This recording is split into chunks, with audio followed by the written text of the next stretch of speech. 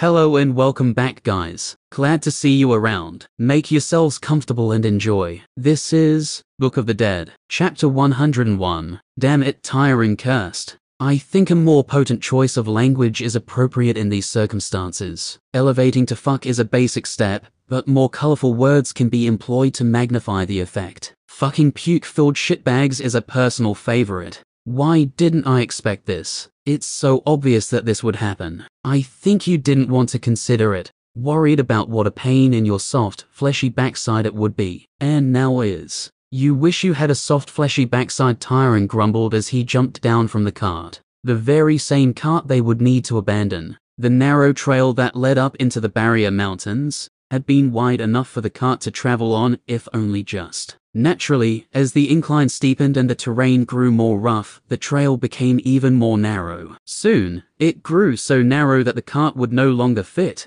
which meant they would need to abandon it if they wanted to go any further. It makes a lot of sense when you think about it. Why would they cut the road any deeper into the impassable mountains of death after they'd reached the quarry? There's literally no reason to do it, and from what I understand, cutting roads into mountains is hard fucking work. Tyron pulled his new, thicker cloak tighter around his shoulders as he inspected the trail. As his skeletal friend had suggested, it was clear that they had reached the end of what the villagers had bothered to carve when working on this path. They'd passed the quarry over a kilometer back, and this extension likely only existed because they'd been looking for more usable stone. Icy cold wind whistled down from the mountains that rose like a wall before him, and he pulled his cloak even tighter.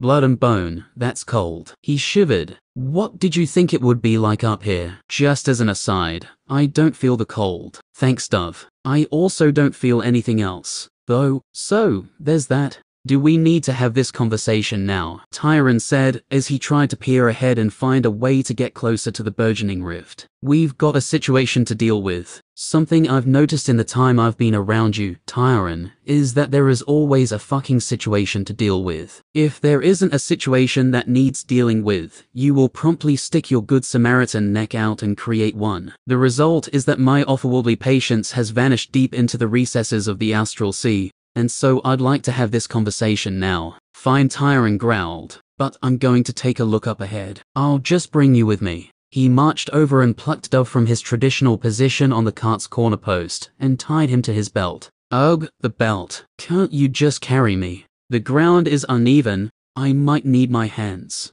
Fine. Make sure you bring some bony boys. Of course. They'd encountered a few kin here on the slope, but thankfully not many. Even so, it would be foolish to run around without protection. They marched forward up the incline, the skeletons dealing with it better than Tyron. He was a child of the plains, not used to this sort of terrain, and he hated every minute of it. So Dove chirped, "When are you finally going to allow me the sweet release of death?" Tyron rolled his eyes. "Soon," he said. "Now, see here. That's bullshit. You know it's bullshit. I know it's bullshit. That fucking bird over there knows that it's bullshit. Kill me already." "It's not that easy," Dove Tyron protested. 1. I don't want to kill anyone, let alone my friend, and 2. If you're gone, then I'll be all alone out here. You'd have your is not human. Look, that's just straight up racist. What if the Dusters heard you talk like that? Or the Stone Bloods? You should be ashamed of yourself. You know what I mean, Dove. Yes,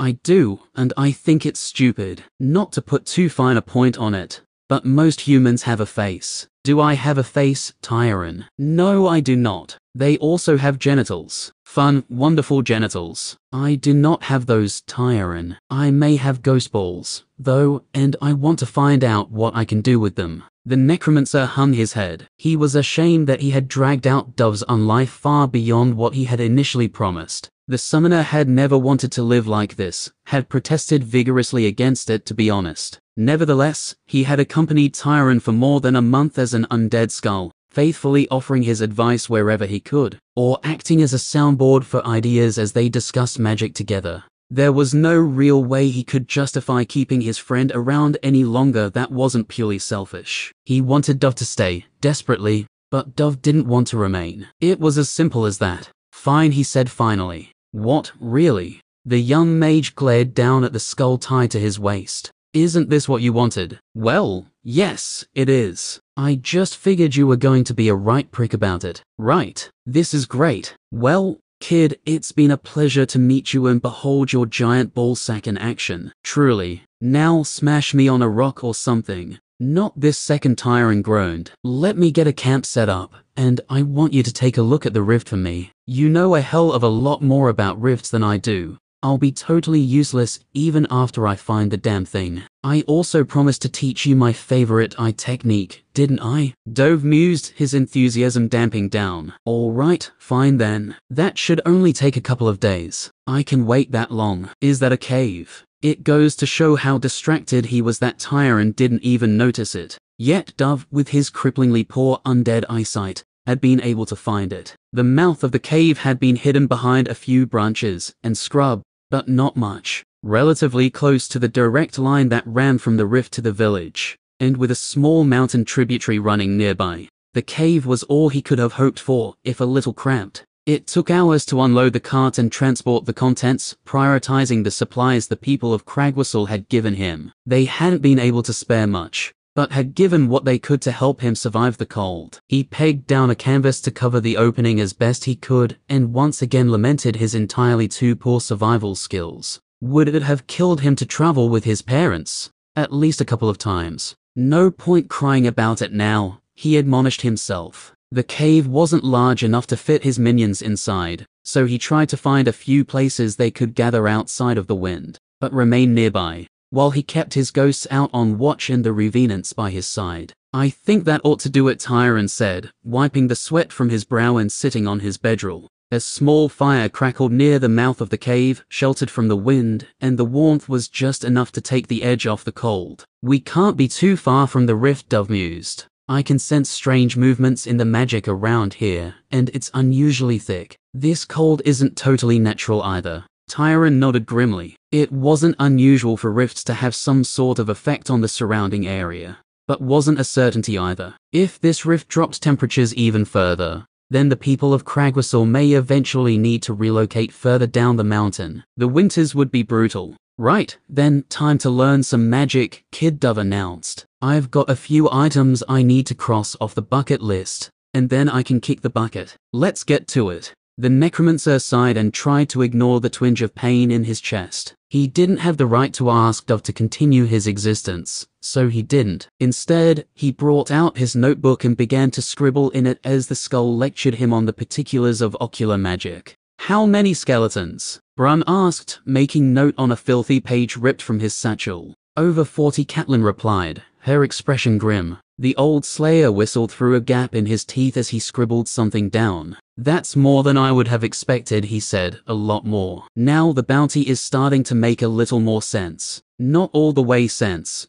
but we're getting there. Catelyn stared at the disheveled man with consternation. That's it? You aren't a little more worried? He practically has an army of undead following him around. I'd be dead right now if it weren't for something distracting him. I can't believe you were caught, Laurel said, glancing sideways at her fellow ranger. How did a magic wielder manage to keep up with you? He didn't have to, Catelyn ground out. He has ghosts and skeletons, and spells to do that for him. So what? Rufus harumphed, expression filled with contempt. His skeletons are weak. So long as enough of us go at once, then there's no way we can lose. Brun shrugged. That's up to you lot, he said. If you want to split the bounty further, then you make an agreement and write it down all gentlemanly like. I'll hold onto it for you so there won't be any funny business. Laurel scanned the group quickly, her eyes flicking over the 10 faces of the iron-ranked slayers. Some looked nonplussed to hear just how many undead they were up against, whereas others didn't appear to care. Only Catelyn appeared to be afraid. You're making a mistake, she warned Brun. He's a lot stronger than you're giving him credit for. Lass,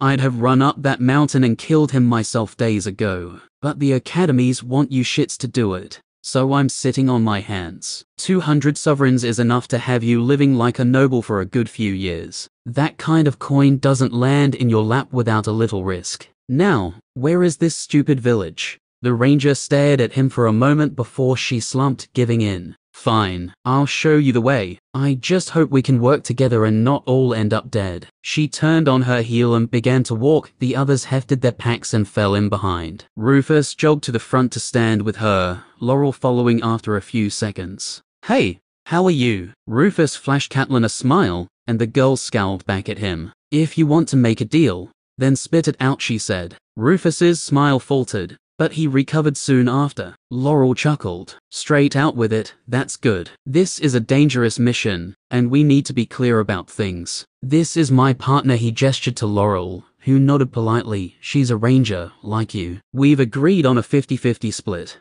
but we might consider expanding that and widening the group considering what we're up against. Is that right? Catelyn said, looking straight ahead as she continued to march at the front of the group. I'm also open to paying for information, Rufus said. So far, you're the only one of us to lay eyes on the bounty. I'm sure you managed to learn a lot. Maybe, she grunted. Did you even manage to take a shot? Laurel asked, a hint of mocking in her voice. Of course I did, Catelyn snapped before she regained her composure. Of course I did. Which was the first mistake I made. She fell silent, and Rufus raised his brows, his expression open and eager for her to continue. She scowled at him. No information for free, she spat. 10% cut just for the information. Agree right now, and I won't sell it to anyone else. Rufus looked like he wanted to argue, but Laurel cut him off smoothly. That's fine, she said, though for 20 gold sovereigns, this would need to be good information.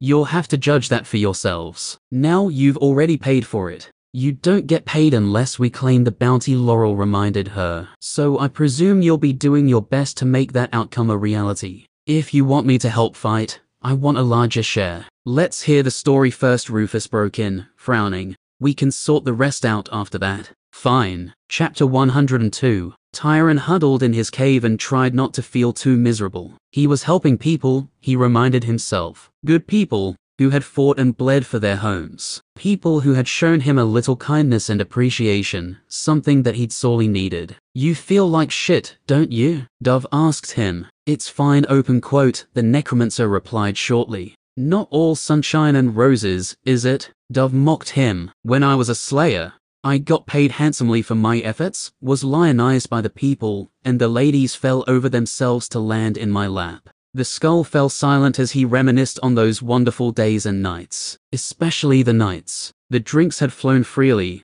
and his bed had seldom been cold. Back when he'd had a mouth for drinking and a cock for screwing. The good times. But you get none of that, he continued, sitting in a cave, chewing on moldy bread, and hoping the people you rescue aren't going to kill you for it. Tyrion shoved a hard piece of crust in his mouth. He really had to work his jaw to get through it. It's not moldy, he said, mouth still full of food. Not yet, anyway. The mage finished his chewing and swallowed, the loaf settling as a solid lump in his stomach. Would he even be able to digest it? What's your point? He sighed. You want me to pack up and leave? Abandon these people? Yes, that is what I want. After you release my soul, anyway. To be clear, I want two things. First, release my soul. Then, get the fuck out of here. In that order. You don't want to ogle your naked? Tyrion asked, brow raised. A moment of silence. I want three things, Dove clarified. The young man chuckled and poked the fire once more. It was cold up here, bitterly cold. The influence of the rift was growing stronger by the day,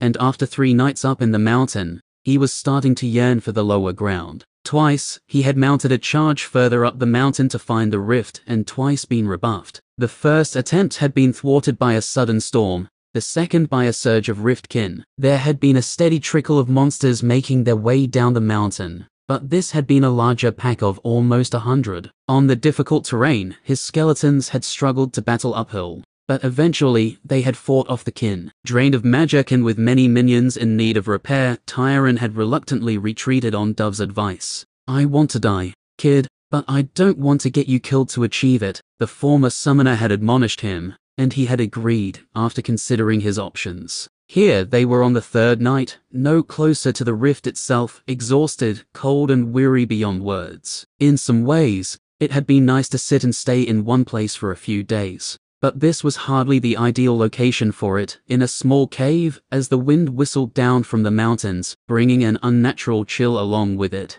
May as well keep at it, he told himself as he ordered the next of his undead inside. They aren't going to fix themselves. Near constant fighting had left many of his skeletons with cracked or missing bones, each of which required his attention. What I really need is a skeleton doctor minion, an undead that can mend the others so I don't have to spend all this time doing it. In a perfect world, Tyron would have minions able to perform most of the menial chores required to create and upkeep his undead. The amount of labor required to create a functioning skeleton was only increasing as time passed, and the same went for maintenance. After every battle, he had to commit to long hours of work, replacing any undead that were lost and fixing any damage. Perhaps necromancers would utilize the same master-apprentice system that many mages did. A master would be able to palm off many menial tasks to the apprentice, who would be able to gain experience and practice their skills in return. It would be a better system, but Tyron had an irritating itch if he knew one of his minions wasn't functioning as well as he could make it. How could he trust someone else to do the work? Even now, he hadn't finished replacing the weave in just under half of his skeletons. Taking them apart and stitching them back together took over an hour each.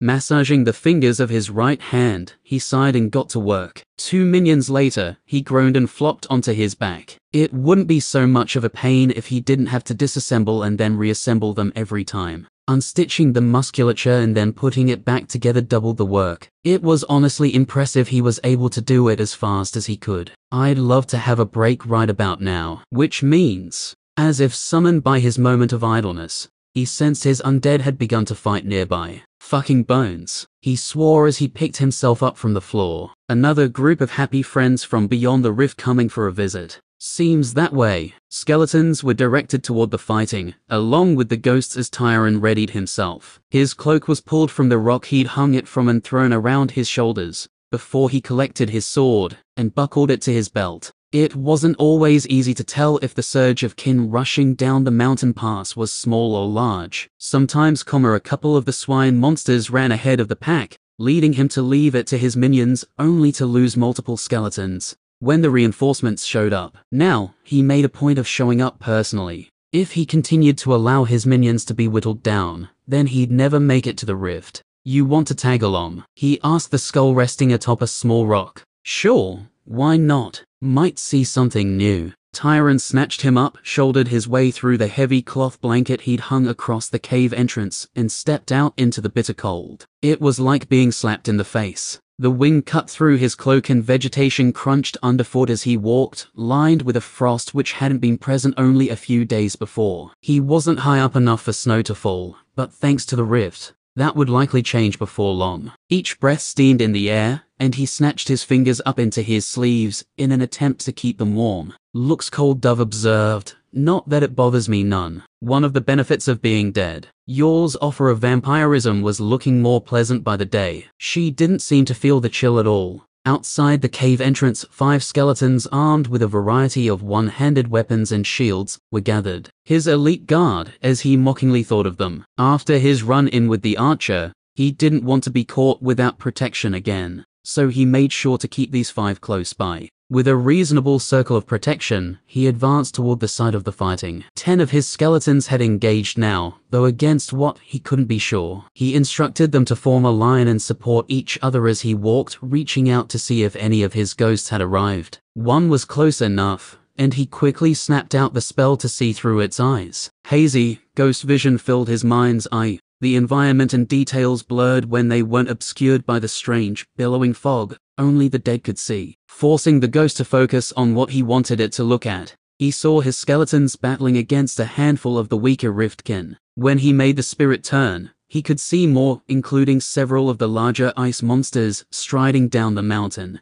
Ah, shit. Watch your tongue, boy. That's an unusually strong curse for a delicate flower such as yourself. Bad situation. He didn't reply, instead focusing on striding forward with greater speed, as he mentally gathered his full complement of undead for the fight. I haven't managed to recover from the last fight, and already more are coming. I need to get to the rift. Did he really need to get to the rift? Not really. So long as he drew the attention of the Slayers to it, they would be able to take care of the problem. However, the moment he gave up on it and retreated, he would have to honor his agreement with Dove and release his spirit. Despite everything, Tyron still wasn't ready for that. He didn't want to be alone. The sounds of the clash could be heard before he saw it. The snarls of the kin and ringing of steel as the skeletons hacked, slashed and stabbed at their foes. Shortly after, he was amongst them, taking position behind the first row of undead, and coordinating the others as they arrived. A moment later, the Slayer Revenant joined him, the purple fire flickering within its ribsage illuminating it from within. He kept it close, choosing to commit the other three to the melee.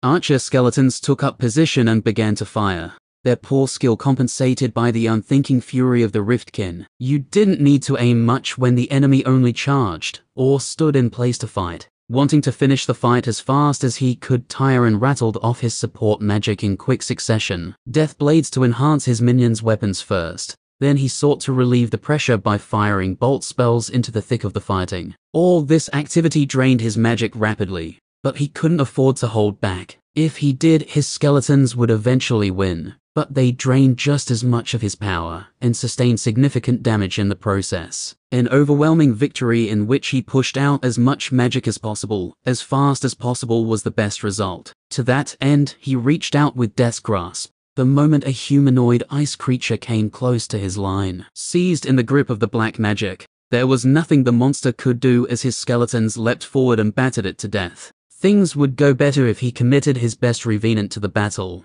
but he held it back for a variety of reasons. He never had issues with the others, but this one, it felt wrong in some ways. Plus, it didn't hurt to have his strongest undead in reserve. The fight dragged on as Tyron flung spell after spell into the Riftkin, while they rushed down the mountainside and into the waiting arms of his skeleton force. He lost a few minions, which grated on him, but eventually, he won out, the last of the monsters falling to the frosted ground with a rage-filled squeal. Raising his aching hands to rub at his eyes, Tyron took in the scene. More skeletons had been battered and needed repair. Dead and dying kin littered the ground, their blood already freezing and making the footing unsteady. He gathered the most damaged skeletons to him, and sent them back to the cave after a brief examination. The rest, he set to clearing the field and hunting for calls. The skeletons weren't very good at extracting the small gems, hacking the monsters apart more often than not, but he didn't have time or energy to do it himself. Undead crawled over the slope following his direction, and Tyron gazed up toward where the rift must be. "I'll make my push tomorrow," he said. "I can't afford to wait any longer than that." "Good idea," Dove concurred. "The rift is more active than I expected. Your strength is growing, but one bronze-ranked slayer isn't going to be able to hold back an entire rift worth of kin by himself." A skeleton stepped up to Tyron's back, shield snapping into place right before an arrow thunked into the hardened wood. Tired as he was, Tyron almost wanted to throw back his head and howl in frustration. "You just saw me fighting off a horde of monsters, and you want to take a shot at me now?" He whirled around, fire in his eyes. "Don't be fucking stupid," he roared at the unmoving rocks and scrub. "There's a rift here, a new one. This is what caused the break at Woodsedge. The Slayers need to be informed and a new keep built. Why the fuck are you shooting at me?" Righteous anger filled him, burning hot in his chest, but it was doused when a bland-faced marshal stepped from behind a tree over 100 meters away and spoke. "Because you are a murderer." The words themselves may not have shaken him as much, were it not for the cold and factual way they were delivered. It wasn't hyperbolic, it was a simple fact. Tyron had committed murder, and to have it stated so boldly shook him. He pushed that feeling aside. "That's true," he admitted, "but there are bigger things at stake here. How many lives will be endangered if this isn't dealt with? How many have I saved by keeping the kin at bay?" "We will deal with that once you are dead," the man said as another marshal stepped out from behind a stone. "Idiots," Tyron grated, ire igniting in his chest once more. Chapter 103. Skeletal archers pulled back on their ghostly strings and loosed, sending arrows forged of bone whistling through the air to shatter against the trees. As low on resources as he was, he couldn't afford a dragged-out fight unless he had one, maybe two arcane crystals left in his pack. If he could get to the cave, he would be able to replenish at least a little of his magic. As it stood, he was in a precarious position. Marshals weren't just a job title, they were a class, or a set of classes, that imbued the individual with unusual abilities. Since he was a criminal, those skills would be highly effective against him. He had to fight assuming a single touch would be enough to seal his magic and bind him. Skeletons rearranged themselves into loose ranks, forming a wide box around him. Shielded, he began to march forward, angling his way down the slope toward his cave. This seems very inspiring, Tyron called down to the marshals. You waited until I was exhausted defending the village, and only then did you emerge to declare me a murderer. Very fair. Not a flicker of emotion troubled the bland-faced marshal's expression, nor on those of the officers behind him. They didn't even bother to reply, spreading out to approach him from different angles. What would be their approach? Attempt to whittle down his minions, or come for him directly? If they had the ability, they probably would have attempted to charge straight at him. That was the best way to fight a necromancer if you could pull it off. Although, as weakened as he was, it may be better to drag it out. The longer it went on, the worse his disadvantage would become. Wait, is that fucking Langdon? Hey, Langdon, you shit brother. Remember me. You better, after all the shit you put me through. Still got a stick rammed all the way up your asshole. I can still see it poking out your mouth. Despite trying to keep himself composed, Tyron stumbled at Dove's outburst. You know him, he said, pointing to the marshal who'd spoken to him. Know him. I fucking hate him. He recruited me to try and track you down after that bullshit you pulled in Woodsedge. He was from Woodsedge. That helped explain how pissed he was. Another one of your victims, Langdon said, eyes flicking to the skull tied to Tyron's waist. How many of these skeletons represent a life you stole? Hey, I'm not a victim. Not in the normal sense, I suppose. I mean, I am being kept here against my will. You aren't helping, Dove Tryon murmured through grit teeth. Oh, right. This puking kid who can barely wipe his own backside certainly isn't responsible for my death. Having that on my obituary would be way too embarrassing. I died during the break after murdering an entire farm filled with civilians. Get it right.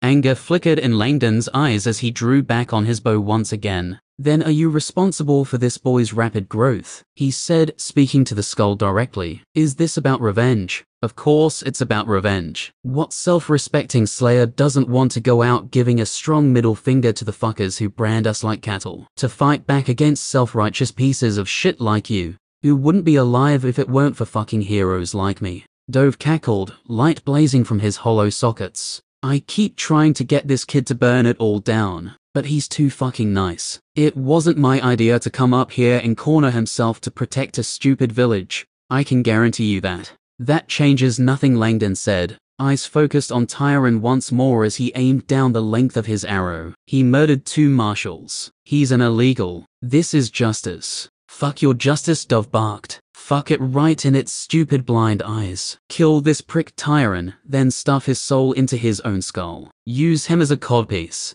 I don't wear a codpiece. Make an exception. Nobody wears a codpiece. I did. I can believe that. Don't judge me, the skull muttered. Now get moving. I know you're on your last legs. The skull-bound summoner had been trying to buy time for Tyron, who had continued to shuffle his way toward the cave, surrounded by his shield-bearing bodyguards. Despite his best efforts, it wasn't possible for Tyron to keep track of the 3 marshals as they separated. Only the first, Langdon, was still visible to him now. He was careful to position his ghosts to cover his sides and back. If he were jumped from a blind spot, that would be the worst-case scenario. The marshal showed nothing on his face, to the point that Tyron had begun to wonder if he was even capable of it. When the lawman loosed his arrow, the necromancer was taken by complete surprise, as the man had given no sign he'd been prepared to fire. The arrow streaked through the air, only to thud into a shield as a skeleton stepped up to block. With one skeletal hand, the undead snapped the shaft, leaving the head buried in the wood of its shield. More arrows were fired from the left and right, flying from behind cover in angles that Tyron couldn't see.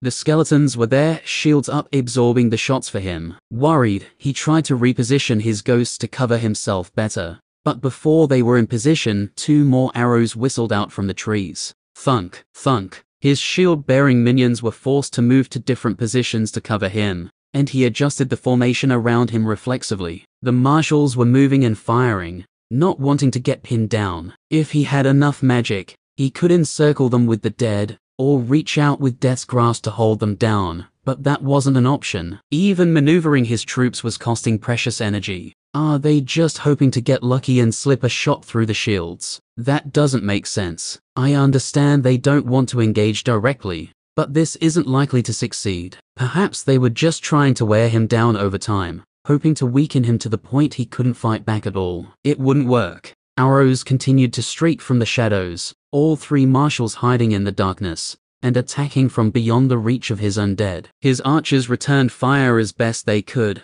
but after a few volleys, he made them stop. A waste of ammunition and magic, his archers were a long shot to hit a moving target in these conditions. The creeping advance to the cave continued under fire, as the marshals remained elusive. Somehow, they managed to slip away from even his ghosts, though he couldn't afford to see through the spirit's eyes to help guide them. Conserving energy as best he could, Tyron continued to move down the slope. He lost the first skeleton to an excellent shot from behind a tree. The arrow whistled into view before burying itself directly into the skull of the undead, carrying the head clean off. Irritated, Tyron drew his minions closer, hoping the greater distance would make them harder to hit. It worked somewhat, but he still lost two more, and several others suffered damage before he finally arrived at the camp. The blanket covering the opening remained, dim light from the fire emanating from behind. Tyron felt a little of the tension drain from his shoulders. At least now he'd have some energy to fight back. The three marshals leapt from cover, arrows knocked and ready to loose, aimed directly for his head. Now, Langdon roared as he released the string. The Revenant Slayer snapped forward, drawing on Tyron's power as it slashed through the air, cutting an arrow from the air and taking another on the hilt of its blade. Had it not acted, he would have been wounded for sure. His shield skeletons were far too slow to react. The final arrow was caught, but only just on the steel rim of a shield. The necromancer crouched down behind the wall of his minions as they gathered in front of him, wondering what was going on. Then the roar sounded behind him. Wordless and filled with rage, the bellow echoed out from within the cave, followed an instant later by pounding footsteps as a large figure hurled itself forward. The firelight was blocked as the fourth assailant moved past the fire, blasting the cloth cover aside. Fuck. They'd already found the cave. This had been a trap from the beginning. Tyron's hands moved on pure instinct, his mouth spitting out the words as magic formed in his hands. But he knew it was too late. A large man leapt from the cave mouth toward him, blade in one hand, the other outstretched to clamp itself around his neck.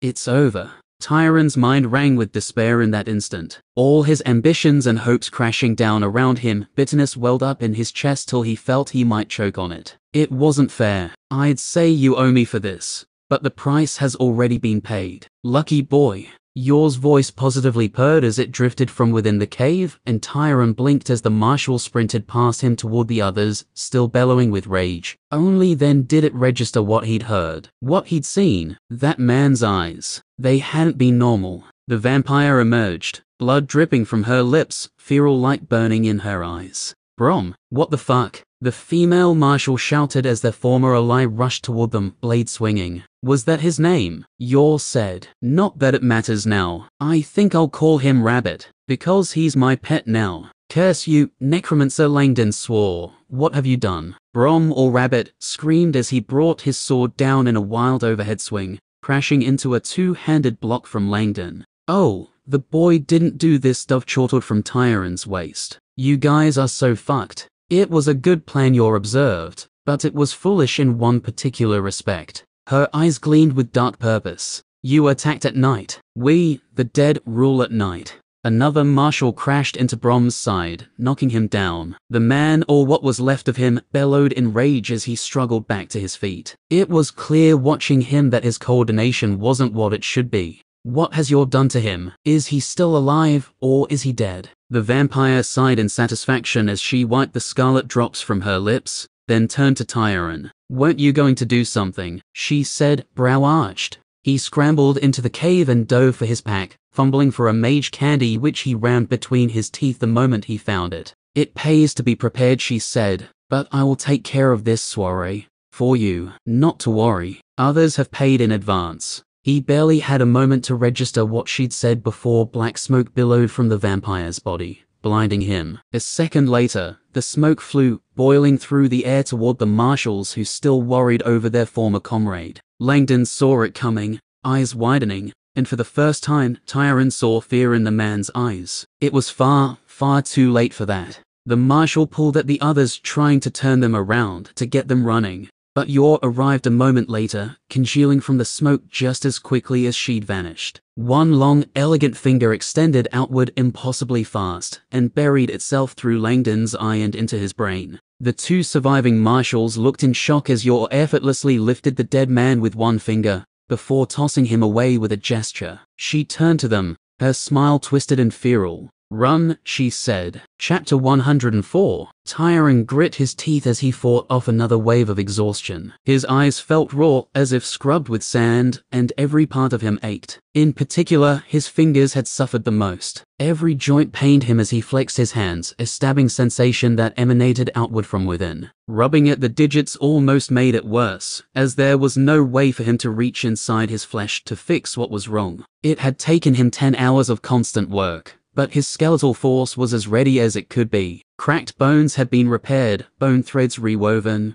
and quivers of molded bone arrows restocked. He'd even gone to the trouble of selecting and molding bones to create a custom set of bone armor. As prepared as he could make himself, he was ready to tackle the rift. Yor had vanished after pulling his backside out of the fire the previous night. With the early morning sun creeping over the horizon, he wouldn't see her again until the day was done. What she'd done with the marshals, he didn't know and couldn't bring himself to care. Trying to minimize the harm he caused only seemed to invite more down on his head, and at this point, he didn't have the energy to spare worrying about others. Approach the rift, examine it, then give his friend the final rest. That was what he needed to get done. "Looks like you finally got your shit together," Dove remarked. Tyron looked at the scattered supplies across the floor of the cave. Discarded bones that had been too damaged for him to repair, half-molded efforts he'd tossed aside as failures, and a few pages torn from his notebook and crumpled in disgust. "If anything, it looks like I'm in the middle of a breakdown," he croaked.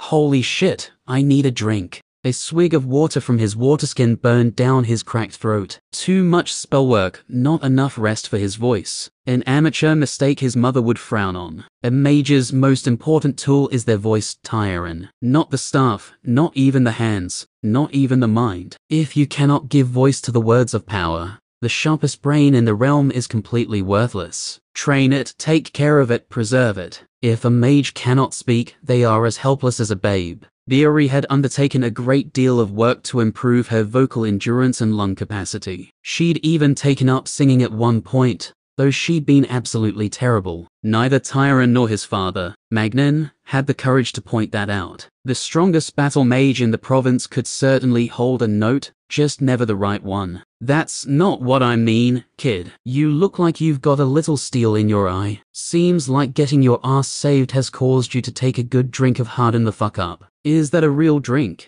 "My most famous cocktail." Tyron considered the skull for a moment, thoughts and emotions whirling in his head. Finally, he shrugged and gave a wry smile. "I think I'm just way too tired to care anymore." "Great. Good spot to be in. It's not the journey that matters after all, but the destination. Now let's saddle up and take a peek at this rift. Should be an interesting sight. Then I can finally die, and you can get on with not being harassed by a spirit in a skull." Despite the joking tone, Dove's words almost caused the young mage to tear up. His friend deserved to rest. That was certainly true. In doing what he'd done, Tyron had inflicted a cruel injustice on his friend, and it was well past time to right the wrong. "I'm not sure I've ever thanked you properly. You've done so much for me even before you died, and I've been selfish to force you to stick around for this long afterwards." "Thank you, Dove. Thanks for everything." The purple light that glowed within the sockets of the skull flickered. "Don't get sappy on me now, Tyron. I was never good with that stuff. I was happy to help you out. What happened to you, with your awakening and all,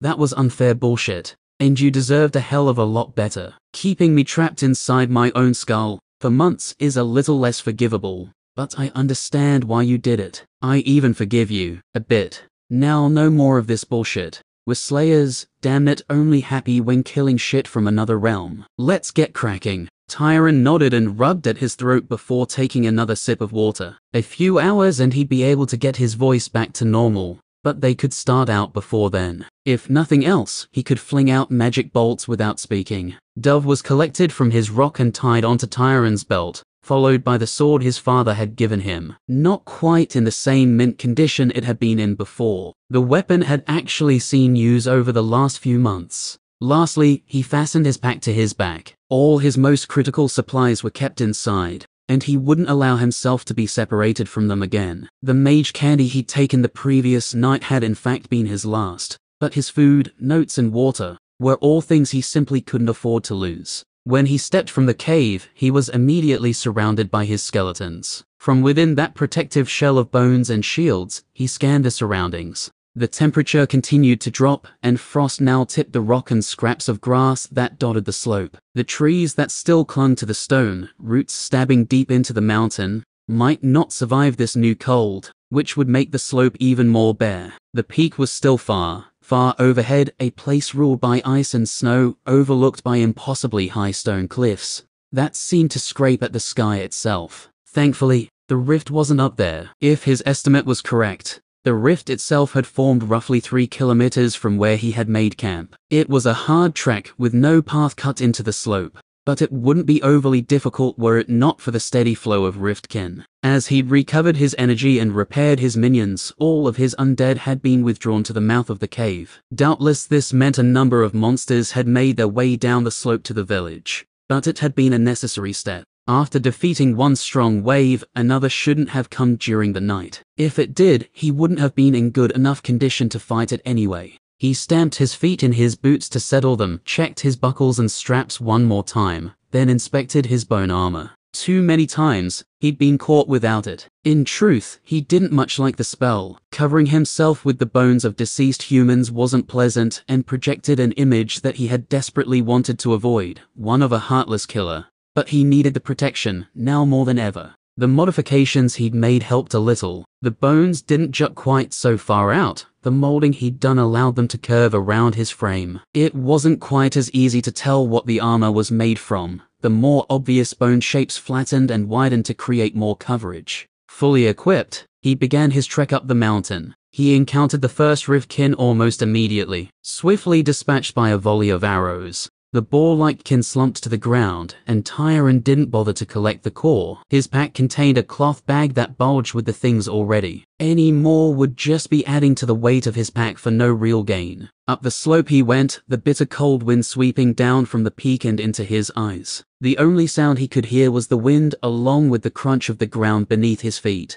Formations in the stone caused the wind to whistle, a high-pitched whine that only grew louder the higher he went. An hour after they'd started, flecks of ice began to drift on the wind, stinging his face. He raised a hand to protect his eyes and kept moving forward. The surge of kin came suddenly. Monsters ran down the hill in a pack, burning with rage. As soon as they saw him, they charged, eager to devour and destroy. Tyron flung magic bolts forward as his skeletons moved into position. If he let his minions receive this assault head-on, his undead would need to draw deep on his magic to stand their ground, so he shifted tactics. The shield line angled itself to deflect the monsters, rather than fight them head-on as his archers picked off the front runners. The boars were powerful bundles of muscle, though still small by kin standards, and just as stupid as all the weaker riftkin. Those struck by arrows stumbled on the slope, crashing snout first to the ground before tumbling end over end. Monsters immediately behind the leaders tripped over them, adding to the mess. When they finally crashed into his shield wall,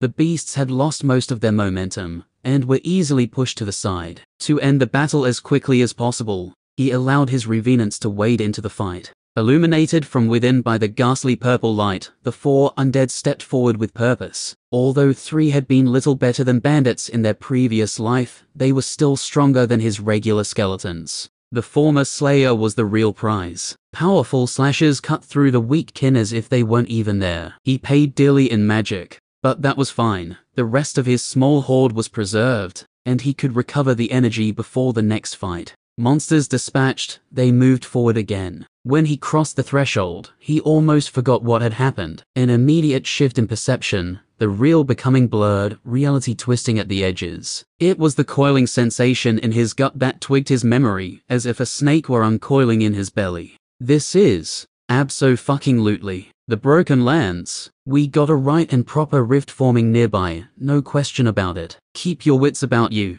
Don't forget how badly your perception can turn to shit. This close to a rift, time and space would stretch and compress. The sensation was unsettling, to say the least. Before him, the slope became even more barren than before. Precious few trees and little scrub remained, and the wind bit even deeper than before. Crack! A distinctive sound, like ice crackling underfoot, drifted from behind, and Tyron whirled to see one of the humanoid kin stalk out from behind a rock. His hands snapped into motion, words flowing in an instant as he formed the sigils necessary to shape his magic. Arrows flew through the air and slammed into the monster, followed by a wave of death magic as Tyron unleashed Death's Grasp. The kin was set upon a moment later, skeletons driving home their weapons to finish it off, only for another to show its face a moment later. It's going to get wild up here, kid. The flow of monsters through the rift never ends, don't forget that. We smash and grab, power your way forward, we take a gander, then we get the fuck out. Got it. Got it. That ice monster was dispatched with brutal force, as Tyron no longer sought to conserve his energy, as was the next. Somehow, he still felt as if the number of kin should slow as he fought them, but he knew it wasn't the case. After each victory, he pushed forward as quickly as he could, trying to gain ground. So focused on the fight, on managing his minions and being restrained with his magic, Tyron didn't notice what he could see at first, not until Dove yelled at him. "Look up, dickhead." Tyron flung his eyes up the slope, and there it was, the rift. Along with a frost-covered mammoth, tusks formed of pure ice jutting from its face. Chapter 105. Ah, Dove. Yes. There is a giant monster that looks like it wants to trample my guts into the ground, standing in front of the rift. Yeah, they do that. Both of those. They stand around the rift and trample your guts into the ground. You've seen this thing before, Tyron hissed. What? No, of course not. I've never seen any monsters from this particular rift before. But there's almost always some big-ass thing trampling around right next to the rift. The beast turned its head to Tyron, and suddenly, his army of skeletons had never felt quite so small. Covered in dense, white fur, the monster's skull jutted forward just above its small, burning red eyes. Air steamed from its fang-lined maw, flanked on either side by huge curved tusks formed of pure rime. Yeah, you'll probably need to kill that. Or distract it. You didn't think you should tell me about this. Honestly, I didn't think the rift would be large enough to let a prick like this get through. I fucked up. Sorry about that. Tyron growled under his breath, but restrained his anger. There wasn't any point getting angry at Dove, especially since he was only hours away from a proper death. How in the name of the abyss am I supposed to deal with something this big? Only skeletons with spears and swords would be able to damage it by thrusting through that thick fur. But if they got close, they'd be reduced to powder in a blink. His archers probably couldn't scratch it. An arrow through the eye may be effective, but it would be almost impossible to make the hit. Of his revenants, only the Slayer would be of any use, though the others could distract it, if they were fast enough to avoid it. Ghosts may be effective, he would have to try. As for his magic, Death's Grasp wasn't going to hold something this size, and magic bolts would be little more than irritating to it. It was possible he could restrain it with Suppress Mind, but a kin this strong, that would be a risk. Distract it and look for an opportunity. Preserve as much of my force as I can. There was no other viable plan. With a mental command, he sent his revenants forward along with the spirits. The rest of the undead pulled back to protect the archers, who shifted to a better angle for targeting the monster's face. Tyron placed himself between the two groups. He didn't want to draw the monster to his vulnerable skeletons, but it was a risk to expose himself. The frozen mammoth reacted as the burning skeletons drew closer. It appeared reluctant to separate from the rift, but with opponents drawing near, rage overtook it. The kin trumpeted in fury and smashed the ground beneath its massive feet before it rumbled forward, swinging its massive head, sweeping the ground with tusks of ice. Arrows shot through the air to shatter against the monster's face. No damage appeared to be done, but the beast was even further enraged. With every bellow, hot mist filled the air around the mammoth's face. Even being 20 meters away, the presence of the kin was overwhelming. If I could turn that into an undead. The thought was tempting, but so far, he'd not been offered the ability to make anything non-human into a minion. It was definitely possible. Orin the Black had at the very least undead horses within his horde, with garbled descriptions of other undead constructs. Something like this would be a spectacular servant. Likely it would suck his magic dry in half a second, but still. Magic bolts crackled in his hands, and he flung them at the monster as it completed its charge. His slayer revenant had neatly rolled to the side. Quick and deadly, his servant had slashed out as it rose, cutting a shallow wound on one of the beast's legs. The spells did little, thudding into the creature's hide and barely staggering it, but at least the mammoth became distracted from his other revenants. Not blessed with the combat skills of their compatriot, the other three had been far more clumsy in their dodge. Two were able to get out of the way, but the third had been smacked by a tusk and sent tumbling, bones rattling against the stone. Two burning red eyes turned on Tyron, and he swallowed heavily. Before the monster could charge again, his ghosts finally crossed the distance and dove inside the massive beast. No doubt the riftkin was exceptionally resistant to cold and frost. The thick white fur attested to that. But what about cold that came from within its flesh? Unlike the icekin, this beast was a creature of flesh and blood on the inside. As they whispered with ghastly delight, the ghost fluttered within the mammoth, who immediately trumpeted in alarm and pain, rearing back and thrashing wildly. Two more magic bolts and a scattering of arrows clattered into its head as it came back down, but the monster barely noticed. Desperate to escape the bitter cold of the spirits, the mammoth charged blindly, rolling its head and flailing with its tusks as it went. Tyron did his best to get out of the way, but wasn't quick enough to avoid a tusk sweeping into his side. Air left his lungs in a whoosh as his chest was compressed by the force. The next thing he knew, he was airborne, then crashing down onto a blessedly flat section of rock. "Oh shit," he wheezed. "What the fuck was that?" Dove hollered from his waist. "Was I upside down?" "Shut up," Tyron ground out as he forced his wobbly legs under him. His side ached fiercely as he pulled in a shaky breath. His bone armor had saved him there, absorbing some of the force from the hit as well as the landing. If not, he might have shattered his ribsage. Constitution be damned. Blood and bone, that thing is strong. I can't afford to let this drag out. If I can hold it still for 10 seconds, I can kill it. The mammoth's rage-filled charge had done what it wanted, getting it clear of his ghosts who now drifted along behind it, trying to catch up. The beast clearly hadn't enjoyed having the ghosts inside it.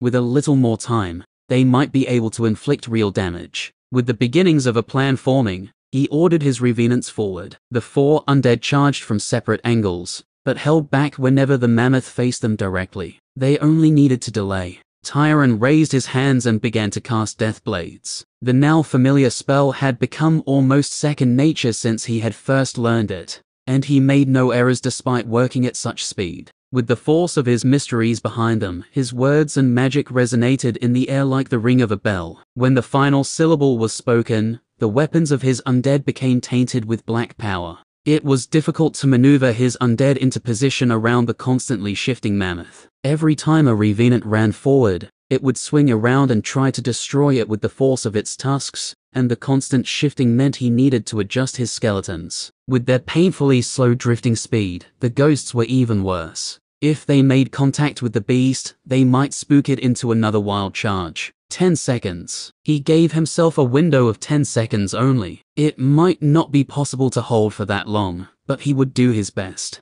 For the following minute, he engaged in this strange dance, trying to keep his revenants alive and put the rest of his undead in position to strike as the riftkin raged. In the end, he lost a revenant when it drew too close. The trunk snaked out and caught it around the ankle as the undead tried to retreat. After it fell to the ground, the mammoth leapt forward and stomped it flat in an instant. Damn it, I'll do it now. The loss of one of his best minions turned into a fortuitous opportunity, as the massive creature took precious seconds to right itself after its lunge, giving him time to position his skeletons and ghosts as he prepared his spell. Suppress mind. Tyron's mind had grown strong as he had traveled, very strong. But he had never tested himself against a riftkin this powerful. The weaker kin he had used this spell against had squirmed in his grip, mindless and filled with rage. They had been unable to escape his vice grip on their minds. As his spell took hold, Tyron felt as if he had been slammed in the head with a sledgehammer. Immense and boiling with elemental fury, comparing the mammoth to those smaller insectile creatures of Nagratha was like comparing a candle to a hearthfire. Desperate to maintain control, he rallied and brought his will to bear against the beast, wrapping his thoughts around it and forcing it to stand still. At least trying to. Despite his best efforts, the monster fought back, resisting his control. but it had slowed considerably. Skeletons charged forward, weapons flickering with black light, alongside the ghosts who drifted through the air, whispering their cruel intentions. Although he felt as if his head would split open, Tyron pushed harder, imposed himself against that thoughtless, fiery rage. As if he were containing a blast within his hands, he felt scorched as the mammoth bucked and crashed against him, but he held it, just barely. Swords and spears sank deep into the creature's side a second, before the ghosts arrived and pushed themselves within the beast. The pain sparked the monster to even greater heights of fury, and Tyron grit his teeth until blood ran down his chin, trying to hold it in place. After 8 seconds, his hold broke and the huge monster reared back, before it crashed to its side, dead. Holy fuck, kid. Nice work. Tyron spat the blood in his mouth onto the ground and coughed. No problem. Stop jerking yourself off and let's get a good look at that rift. No time to waste. Another one of those fuckers could come through any second. Right. Tyron shook off the malice that gripped him, and arranged his minions between himself and the rift, before he gazed at it properly for the first time. At first, all that happened was that his eyes hurt. The warping effect that occurred around the rift was at its strongest here, and looking directly at the source was difficult to say the least. Eventually, his mind pieced together what he was seeing, and he gasped in shock. It wasn't that large, perhaps only 10 meters across, a whirling vortex of magic and light that seemed to tear reality at its edge. He could almost feel his realm being broken as the rift swirled, chewing away at his world one tiny piece at a time. He was reluctant to do this part. Once he'd examined the rift, he would have checked off the final item on his list with Dove. Once they returned, he would have to honor his promise and free his friend. Tyron stilled his thoughts and focused on the magic that Dove had taught him. As promised, the ocular enhancement spell had been complicated and carried tremendous risk. Failure during the cast could lead to permanently damaged vision, or blindness, or worse.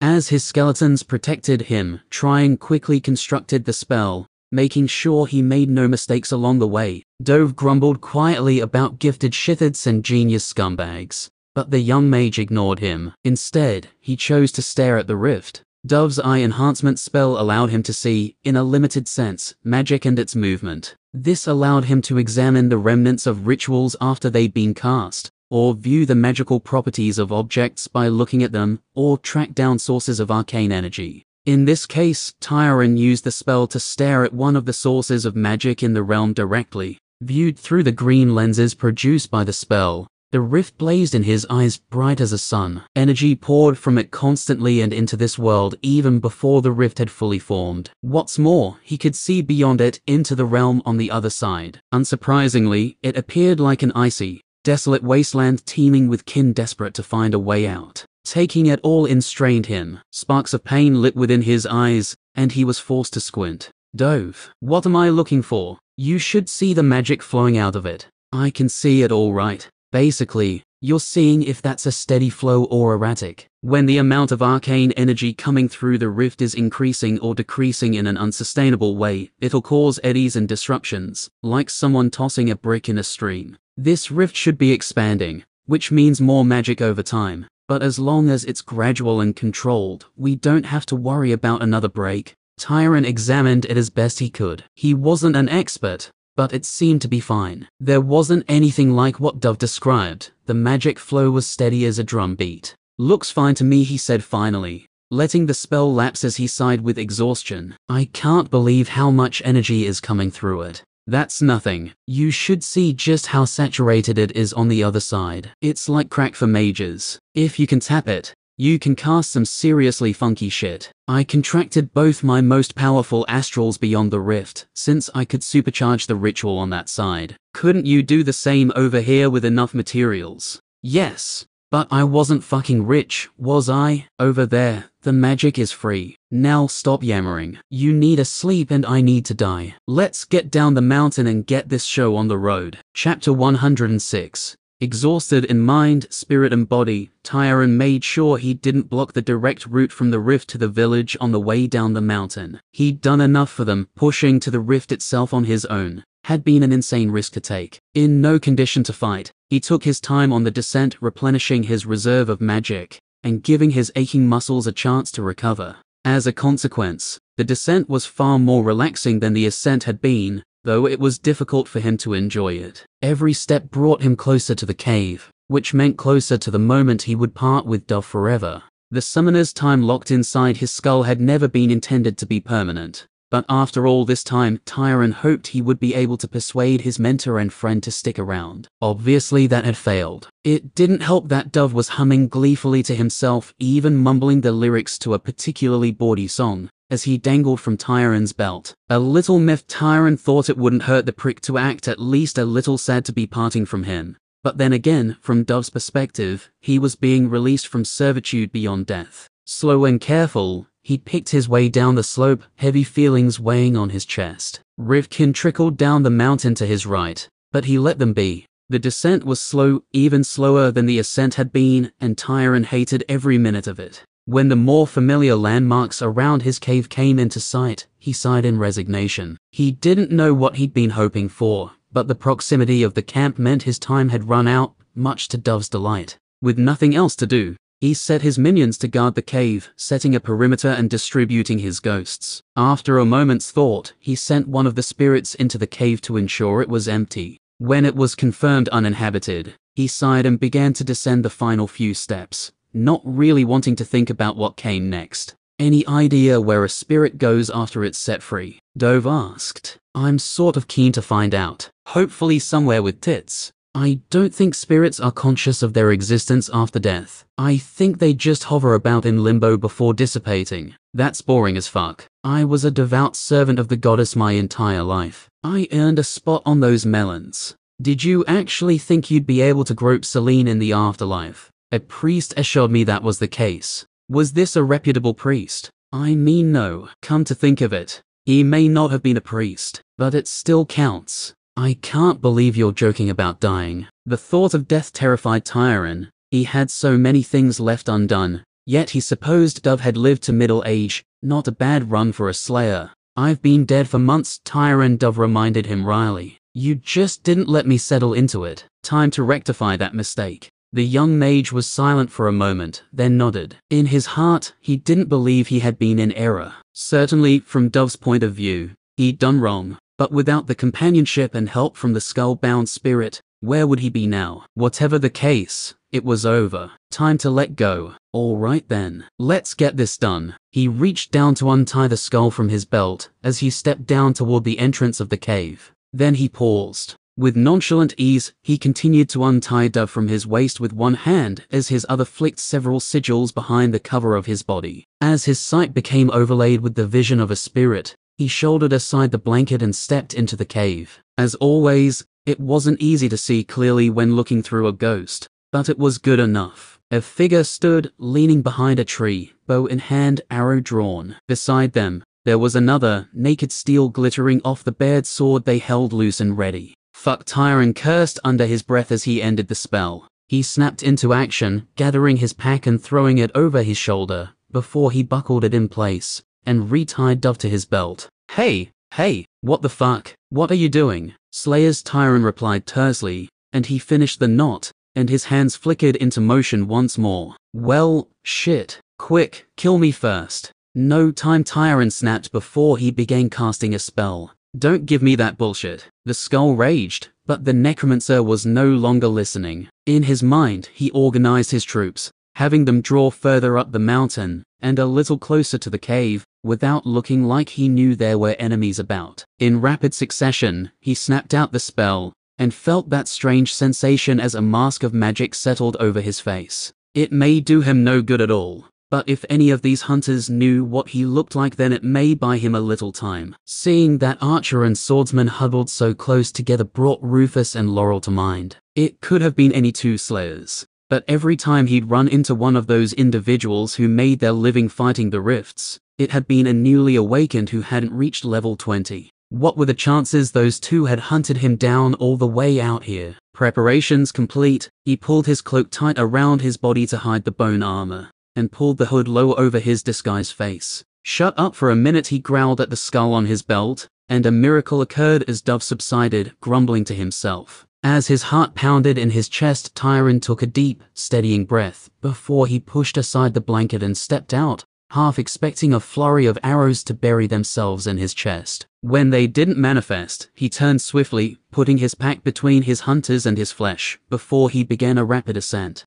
Ghosts drifted amongst the trees to his left and right. He was desperate to switch his vision with theirs once more, but he couldn't afford to stand still, and navigating the slope while overlaying his eyes with theirs would be impossible. How many were there? Where were they hiding? If there was even one experienced high-rank slayer here, he was a dead man. Even a decently large number of untrained, newly awakened would be enough to take him down. He wasn't enough of a mountaineer to slip past them and flee down the path to the village and beyond. With at least one ranger out there, hiding from them at all was next to impossible. That left him with two possible ways off the mountain. The first, fight and kill all of his attackers. The second, flee into the rift. Both were likely a death sentence to attempt. Some rifts had multiple openings within the realm, and it was possible he could find his way to another exit, or he could wind up on another world entirely, or he could be lost stumbling between fallen realms, beset by kin on all sides, never knowing a moment of peace until he was overwhelmed. That was the more likely ending. Against an unknown quantity and quality of slayers, he couldn't be sure what his odds would be in a direct confrontation, but they had to be better than chancing the rift. And Tyron was tired of running. Cragwhistle had needed help, and he had provided it at great risk to himself. What was his reward? To be hunted down like a dog. For the crime of awakening, he had been sentenced to a life of mediocrity. He wouldn't stand for it. There had never been a chance that he would. I'm going to fight, he ground out to Dove. I'm going to fight and kill these assholes, as many as I can. The skull was silent on his waist. This was a new side to Tyron, a new resolve that he'd never shown before. It sparked hope that the kid might just survive long enough to realize his insane potential. He was already the strongest non-branded slayer in the province, and if he were to survive this, he would ascend to even greater heights. It was tempting, very tempting. He wanted to see that happen, wanted to see if Tyron had what it took to really shake things up, give the Magisters a black eye, and go down swinging in a blaze of glory. But it wasn't enough. He was too tired. If it looks like you'll lose, you know what you have to do. I don't want to be taken by them, kid. I'll be a display piece in the bottom of a Magister's library for 1,000 years. Don't let them do that to me. There was a real note of fear in Dove's voice, and Tyron agreed without hesitation. No way he would let his friend come to that. For now, though, he needed to focus. Unable to resist anymore, he spied a large, frost-covered rock and stepped behind it to give himself cover. Before he employed minion sight once more, a little maneuvering was necessary before the ghost spotted his attackers again. They'd left the cave behind and were tracking him up the mountain, but it didn't seem as though they'd realized he'd seen them. He kept the undead spread apart rather than gathering them all together at his side as he wanted to. The moment they all appeared by his side, it would be obvious he expected to be attacked.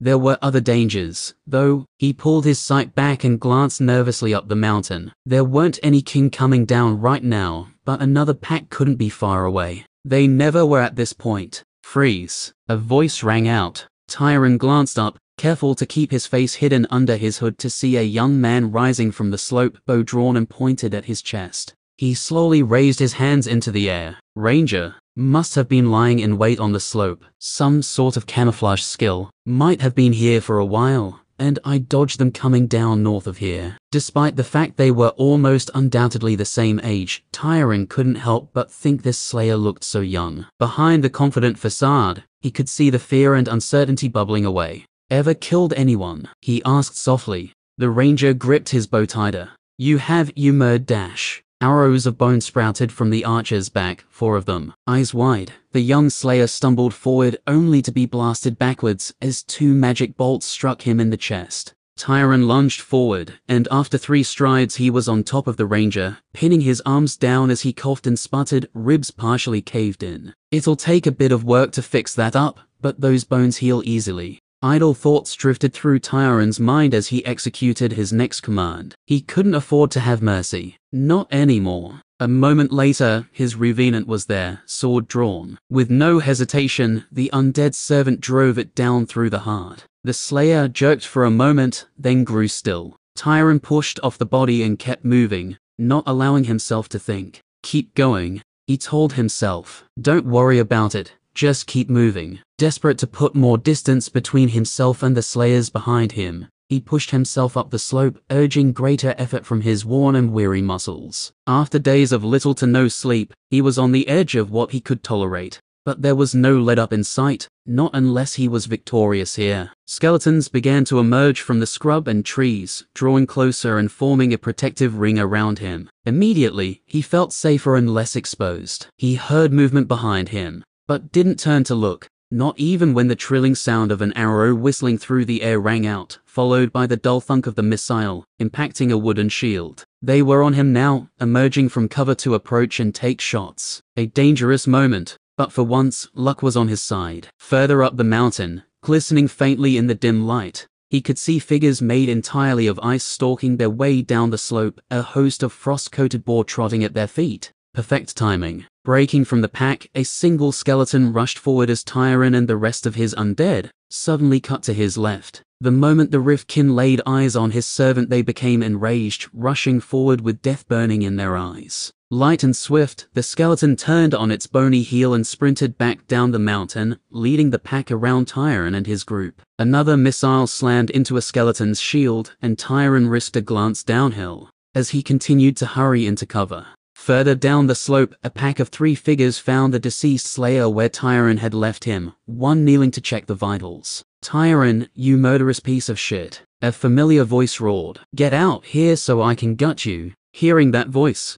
here in this place, was so jarring Tyron almost felt as if he had been knocked outside of his own body. Without being aware of it, his face twisted into a crooked grin. "Your next friend." Rufus had found him. Chapter 107. As many as 30 Riftkin rampaged down the mountain, right on the heel bones of Tyron's skeleton, directly into the faces of the slayers. Tyron had just enough time to see the expressions on their faces before he slipped away behind the trees. Laurel, Rufus, and the archer he'd let go. So she'd come back for his head after all. Once again, Tyron could only lament what his mercy had brought him. He hadn't been wrong, yet time and time again, doing the right thing didn't yield any reward. A moment later, he lost contact with the skeleton, as it was presumably cut in half by an irate Rufus. A worthy sacrifice. The Riftkin descended on the slayers a moment later, buying him precious time. "What now, kid?" Dove asked from his belt. "I need to find out how many there are, look for opportunities, and move closer to the rift." Good thinking. If he was smart, the kin would add just enough chaos to keep him alive. If he was stupid, then he'd die caught between raging monsters and slayers. Once again, he turned up the slope and began to ascend. It was tempting to leave behind a few archers to take pot shots at his once friends, but he wanted to keep his forces together as much as possible. If another slayer emerged, a small group of skeletons would be annihilated in seconds. The sound of battle rang out behind him and Tyron grinned. That should pin them down and tire them out some. Perhaps it would even drag a few more out into the light. Once he'd gained another 50 meters, he pressed himself against a tree and checked on the fight through a ghost. A whirling melee was revealed, the details hazy, but the frenetic energy clear to see. Crucially, he could see that his gambit had indeed pulled at least another 2 slayers out of cover to fight against the kin. He was up against at least 5, but he couldn't think that was all of them. Coming back to himself, he pushed off the trunk and continued to move upward as he brought the rest of his ghosts towards him. Once they'd gotten close enough, he spread them out in his wake. With a little luck, they'd be able to spot anyone coming up the mountain behind him. Wary of being caught out again, he tried to keep a number of his skeletons in front, hoping they'd spot another ambusher. To be fair, if another of his attackers decided to reveal themselves and not attack him, they'd be doing him a favor. Despite his overwhelming fatigue, he made good time. His body must have become adjusted to being flooded with adrenaline. Any more excitement and it might become his natural state. Perhaps only his extreme constitution allowed him to endure it as well as he did. Mouth set in determination, he kept his legs moving, forced the strength through his knees and climbed. Not for the first time, he thanked himself for the wisdom of taking his best set of boots with him when setting out from home. Keep your eyes open, kid. They could come at you from anywhere, even up in the trees. And don't think they'll all be archers or swordsmen. Those are common classes, but aren't all of them. Dove murmured his advice, trying to keep any noise down, and Tyron did the same as he replied. Luckily, they've all been low-leveled so far. The three we saw before were all newly awakened. I have no fucking idea why they sent a bunch of children to hunt you down, but let's just be grateful for it. Well, they also sent Magnan and Beery. That's true. I'm guessing they don't give a shit how many of these kids you kill, seeing as you'll end up dead by your parents' hands no matter what. That's a little grim to think about. It is what it is. Look on the bright side, they're feeding you prime materials. If you can win this fight, you'll have some amazing revenants to work with. That's also grim to think about. You don't care that I'm killing slayers. These aren't slayers, and for the first time, disgust could be heard in the skeleton's tone. These are bounty hunters, kid. After the kin were cleared up, they should have fucked off back to the academies, and gotten back to training, drinking and screwing. They came out here to do the Magister's bidding for a paycheck. Fuck 'em. I think at least one of them came just because he hates my guts. Why? What the fuck did you do? Tyron thought for a moment. I was born a Steelum, and he wasn't. I suppose that's enough for some people. Stupid people. Townsfolk in Foxbridge had been far too scared of his parents to ever be negative towards him, and that was something he'd known well. Isolating himself in his uncle's attic had been his first choice, but it turned out to be the one which gave him the most peace. How many others had harbored anger and hate inside, like Rufus had? A pulse within his mind alerted Tyron that one of his ghosts had seen something. He crouched down and looked through its eyes for a moment. 3 more creeping up the slope behind him. It wasn't possible to make out much detail, but all 3 were armed in some fashion. 3 more are coming. Fucking hell. What's the plan? Fight. Alright then. Fuck 'em up. There wasn't much time before they would catch up with him, so he couldn't plan anything elaborate. His undead responded to his thoughts, shifting positions to hide themselves or create better angles. If all 3 of these were newly awakened, he'd probably be alright. Probably. Time pressed down on him. These 3 would need to be dealt with quickly, before Rufus and the others were finished with the Riftkin. Another layer of difficulty for him to press through. Concealed behind an outcropping of stone, Tyron tried to steady his breath as he listened and waited. His breath steamed in the unnaturally chill air, and his blood pounded in his ears. Around him, the undead stood silently at attention, awaiting his commands. His hands twitched, and he forced them to remain still, rather than start to cast anything. Patience. Don't give yourself away. Conversations with Magnan and Beery almost always wound their way back to fighting, regardless of where they started. The 2 slayers were, unsurprisingly, full of incredible advice born from their rather lofty level of expertise. His father in particular was keen to talk about mentality during a battle. Remember to take your time, he'd told Tyron sagely. The young boy had asked his father about a book he'd wanted, and quickly found them discussing swordsmanship and combat. He didn't really mind. The stories he heard from his parents had been his favorite thing in the world as a child. People always think the more skilled and higher leveled you get, the faster you move. That's kind of true, but it's also not. The real difference is that we take as much time as we're allowed. When we have a lot of time to make a decision, we take it. If we don't, we strike decisively. It's not about rushing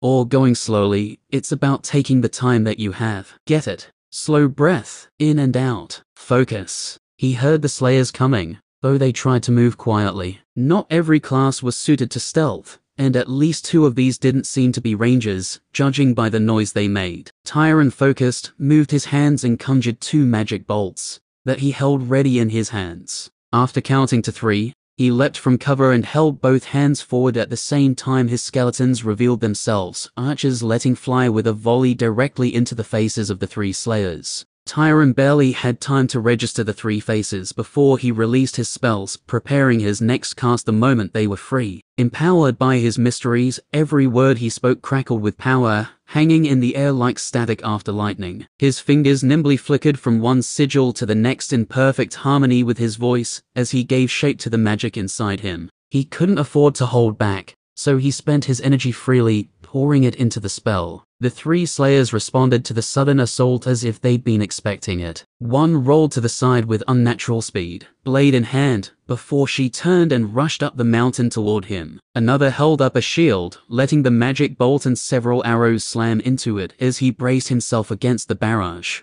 The third shocked Tyron by conjuring an arcane barrier that absorbed his spell, and for a moment he feared a fully fledged mage was present. Then he saw their face and realized this was another student, no older than he was. A momentary flash of irrational anger almost caused Tyron to stumble in his spell work, but he righted himself in time. For some reason, seeing a mage student here, hunting the bounty on his head in the middle of nowhere, when they could be advancing their craft in an academy, just as he had longed to do, left a bitter taste in his mouth. Letting the shield fall, the mage brought his hands up and began to cast. Even in the midst of his own spell, Tyron found time to examine the sloppy finger control in 2 wide hand motions. There was no effort at all to conceal the sigils. Tyron knew what spell was coming long before the trainee actually opened his mouth, and said the name of the spell aloud. Magic Bolt. No shit. The spell slammed into an upraised shield a moment before Tyron completed his own cast. Shivering Curse.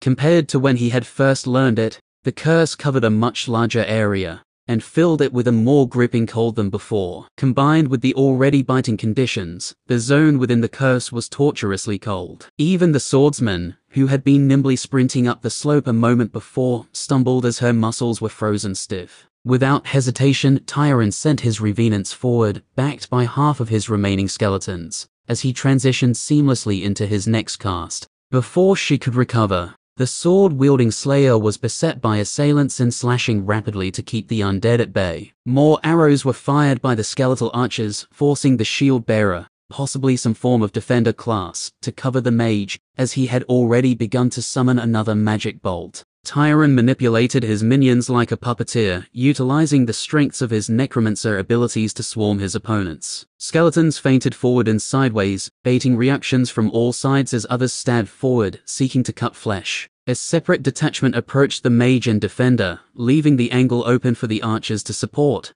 They sought to harry the pair, and prevent the mage from casting anything to swing the battle. Not that they could. A mage of that level should be mostly working on control, not broadening their spell base. Beery often lamented that her peers lacked a proper grasp of fundamentals, despite spending years on them in training. Most magic-based slayers wouldn't start to learn proper offensive spells until after level 20, choosing to shore up their control and reserves of energy through prudent skill and feat choices that would pay dividends down the line. His second spell neared completion, and Tyron considered which target was a priority before he unleashed it. Decision made, he thrust a clawed hand forward, sending a wave of death magic slithering through the air toward the defender.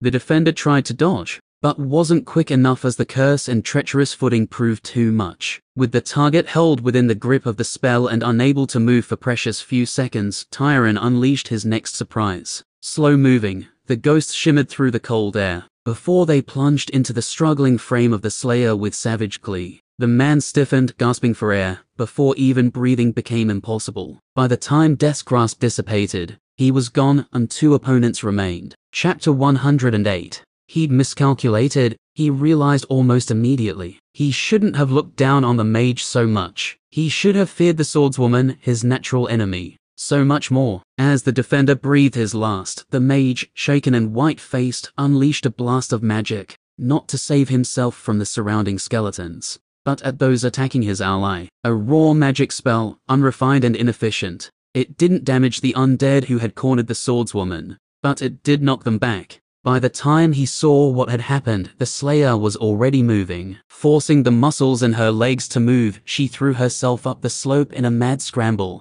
catching herself on her free hand every time she stumbled. Even hampered as she was, her ascent was rapid. Not this again, Tyron thought, the memory of pain flaring in his side. Precious few skeletons remained by his side at this moment, and he desperately summoned his best revenant back to defend him. The undead flashed up the mountain, its bony legs unburdened by great weight, guided by the skills of the slayer it had been in life. Not fast enough. Tyron was dimly aware of the mage succumbing to the skeletons that surrounded him, stabbed a dozen times over, but all his focus was on the sword in the hand of the slayer rushing toward him. Should he draw his own weapon? In the current conditions, crossing blades with an actual awakened weapon handler seemed foolish at best, so he thrust the idea away and tried to conjure 2 magic bolts. The shivering curse bought him just enough time to complete the cast, but at that moment the swordswoman slashed out, forcing his hands up. Before he could mentally adjust and release the spells, the sword snapped back before it snaked toward his heart. In a split second that froze him with terror, Tyron believed he was dead, before he jerked roughly to the side. Even that wouldn't have been enough if not for the bone armor that covered his chest. Flattened out, the gaps between the ribs had been narrowed, and by some miracle, the sword failed to find the narrow opening. Instead, the ice-cold steel deflected before it crunched through the bone and into his flesh. Searing pain flashed through Tyron, and he hissed through clenched teeth. His left arm hung loose, but his right responded, and he brought it around to unleash a blast of magic directly in the Slayer's face. Three things happened at once. The bolt took the Slayer in the side of the head as she pulled away, twisting the sword in his shoulder as she did so. As the weapon pulled free, Tyron felt a maddening itch around the wound as something infused the area. Whatever it wasn't enough to prevent him roaring in pain as he fell to his knees. Good arm clutching at the bleeding hole in him. Ah, fuck, he panted. Drain life had healed him, he realized. Not much, but a little of the damage he'd caused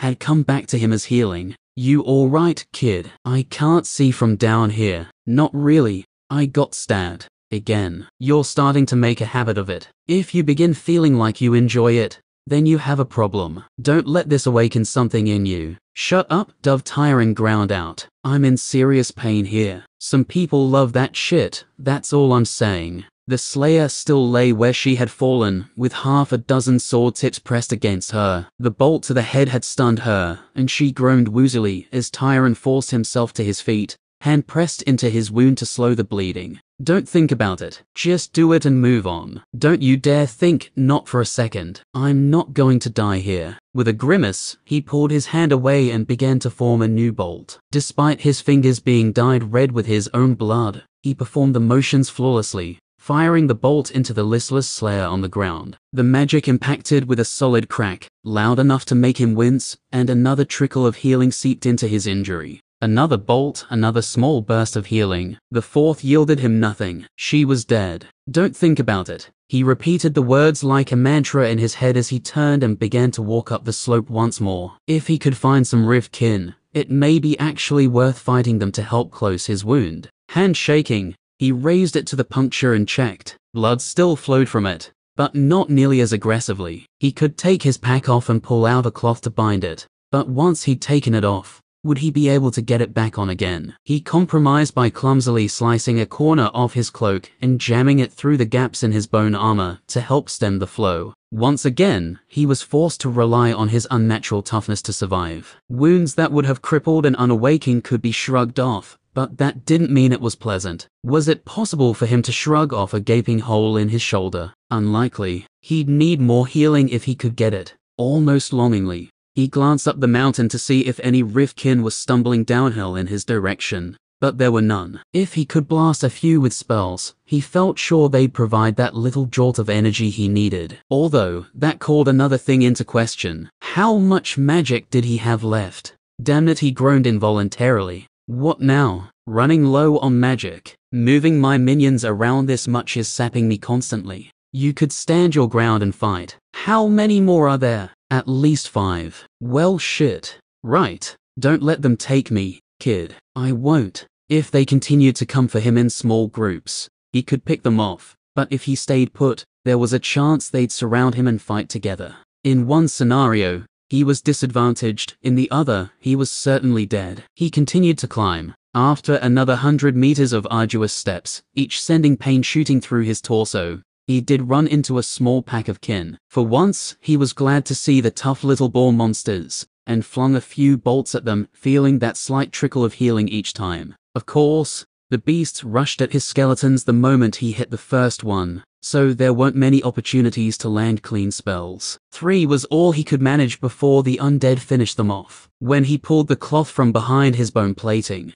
it was soaked in red and dripping, but it did feel as though the bleeding may have stopped. He let the cloth fall to the frost-covered ground and tried to flex his left hand. Thankfully, some feeling was returning and his fingers responded, curling into a fist, though he was careful not to force too hard. It's fine, he told himself, you're fine. Keep going. In reality, His legs felt as heavy as lead, and the warm blood that had leaked from his wound and soaked into his shirt was rapidly freezing, chilling him to the bone. He pushed it from his mind. He would endure worse before the day was done. One leg in front of the other, he pushed himself forward, surrounded by the remaining undead he commanded. Silent and uncomplaining, they responded to his will and remained in lockstep by his side. Despite their mindless obedience, he found their presence a comfort. A thought crossed his mind, and he gave a pained chuckle. Something funny. I could use a laugh, Dove said. Just thought of what I was told when I awakened. Oh, the voice said I had a desire to control everyone around me. I was just thinking how nice it is to have these undead with me, and it reminded me of that moment. I didn't think it really applied to me at the time, but perhaps I was wrong. Dove contemplated his words before replying. Kid, the voice is full of shit. Don't pay any attention to it. You know who it is. Tyron panted as he pushed hard to step up a large stone. No, of course not, but I know it's full of bollocks. Slayers love to talk about what they heard in the awakening, and most of it is just bullshit. I've heard all sorts of rubbish about virtuous sons and daughters, or wise sages or gallant bulwarks, and all of them were thugs, morons and cowards. The voice is just spitting nonsense. I don't think it knows anything about us. What did it say to you? Tyron winced as he continued to climb in silence, waiting for his friend to reply. It told me I was a good teacher. Well, I can dash. Shut up. Fair enough. This ascent was so much worse than the last, but at least he hadn't had to deal with as many kin on the way up. Leading the last surge into Rufus and Laurel had bought him a huge amount of time, and he used it to get as close to the rift as he could. Of course, moving at the slow pace he was, it was inevitable that someone would catch up. This is the prick. Thought he'd be bigger. The voice was older, rough, and the moment he heard it, Tyron feared a real slayer had come for him. He turned slowly to see a short, squat man with a stained cloak looking up at him. 200 sovereigns for your head, Tyron Steelum. Good price for a mewling twat fresh off the apron strings. Wouldn't you say? Tyron raised his right hand, ready to cast, but to his surprise, the man took a step back and raised his own palms out. Whoa there, I'm just the nanny, here to supervise. The academies want the students to put you down before mommy and daddy find you, since you went and killed one of their own. You've no need to fear old Brun. The necromancer relaxed a touch before Dove spoke up. Don't fall for this rubbish, kid. He'll take his shot after all the students are dead. Right, you walking talking pile of pig shit. That skull talks too much. In any case, I've got a few students to point in your direction. Don't mind me. The man chuckled before he slid behind a tree and vanished from Tyron's sight. Some skill or ability,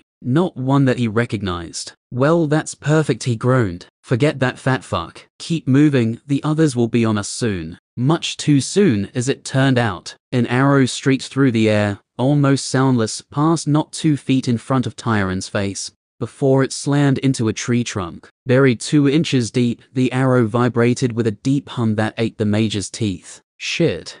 He dove to the ground and his skeletons stepped up, shields at the ready a moment before another 2 projectiles streaked through the air where he'd been standing. Shoulder throbbing, Tyron forced himself up off the ground. If he didn't break their line of sight, his undead would be shot to bits until they ran out of arrows. Or he ran out of minions. Though he tried to spy the archers through the trees, he saw nothing. An ambush, then. Though, if he had to guess, this was likely Laurel and the other archer at work. The one he'd captured in the past, which meant Rufus would be with them. If he knew that idiot at all, he'd show himself before long. That would be the moment to strike. Come on, Tyron urged himself. Just a little further, then we can finish it. At least his ghosts weren't lagging behind, a minor benefit to his slow pace. With a thought, he spread them throughout the trees, hunting for the archers who continued to let fly with their bows, trying to snipe him or pick off his minions. Soon, they'd have to confront him. He was getting too close to the rift. If he slipped through, there was no way a group of trainees would follow. He'd force them out into the open, then he would kill them. Chapter 109. Cold air rasped in Tyron's lungs as he forced himself further up the mountain. Covered by his shield-bearing skeletons, each step was a danger as arrows continued to shoot through the air, coming close to piercing him on several occasions.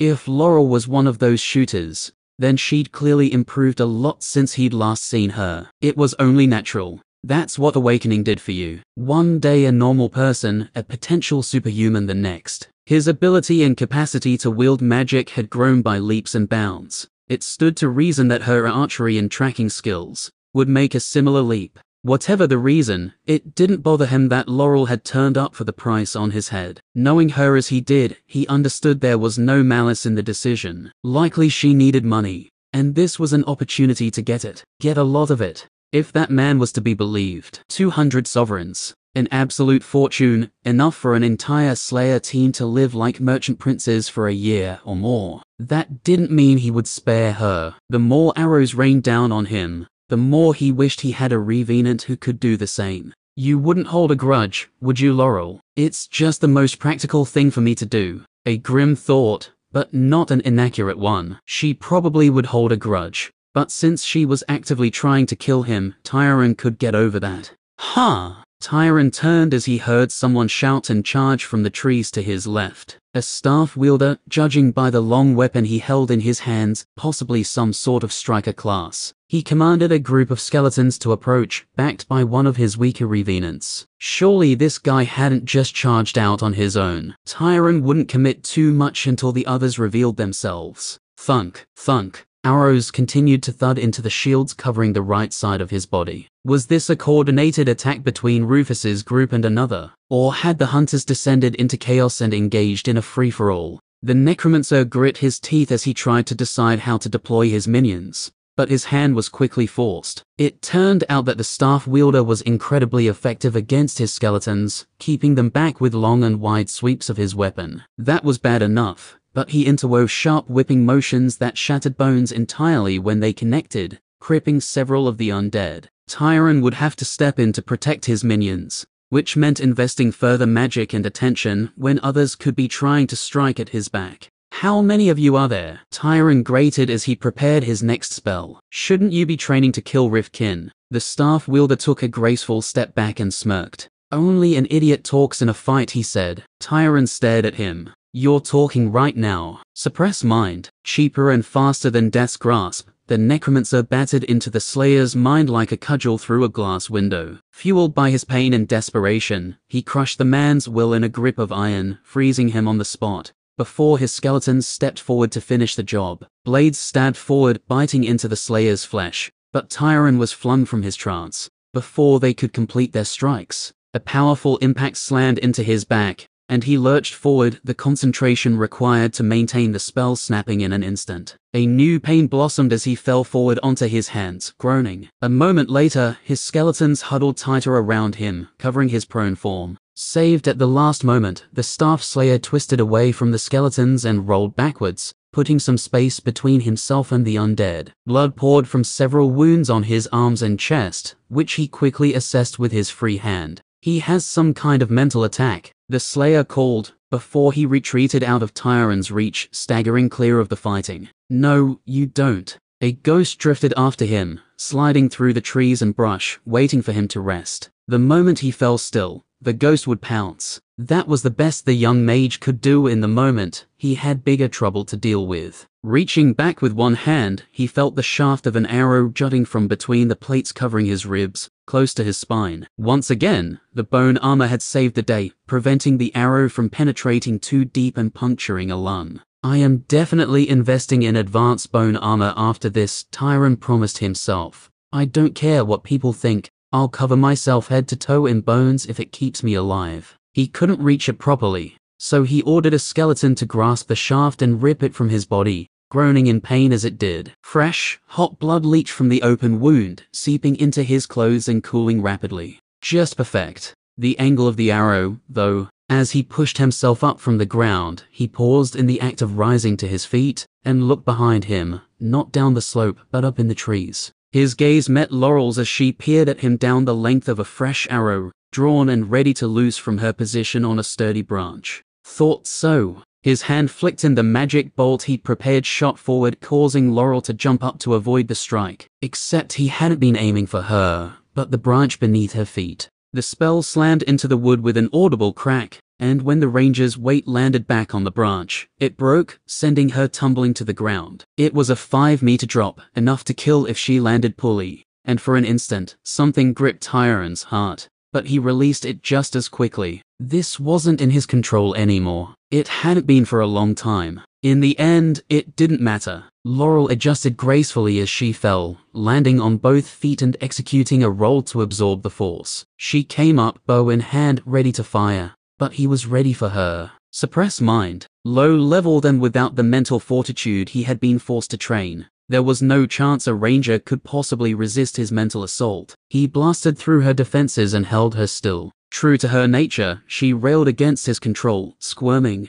kicking and writhing furiously within his grasp. But it wasn't nearly enough. A nearby ghost drifted close, a malicious grin on its ethereal features, and it plunged into her, freezing her from within. "No you don't," Rufus roared as he sprinted into view, scooping Laurel up and running clear. Tyron broke off the spell with a curse before he staggered. "Can't afford to keep letting them get away. They're draining me slowly." Although he possessed unnatural endurance, there was only so much blood he could lose. Fatigued before the fight had started, now he was almost utterly spent. A headache pounded in his temples, and his breath wheezed in his lungs. The longer this went on, the worse his position would be. Hanging over his head was the awareness that Laurel, Rufus and the rest weren't even the strongest opponent. Waiting for them to fail was that man, Brun, who was at least a bronze-ranked slayer, someone with actual levels and trained skills. "How could you, Tyron?" Rufus bellowed from behind cover as Laurel shivered in his arms. "You heartless fuck. You cannot be serious," Tyron groaned. "She put an arrow in my fucking back. Are you a child? She's not a murderous cunt.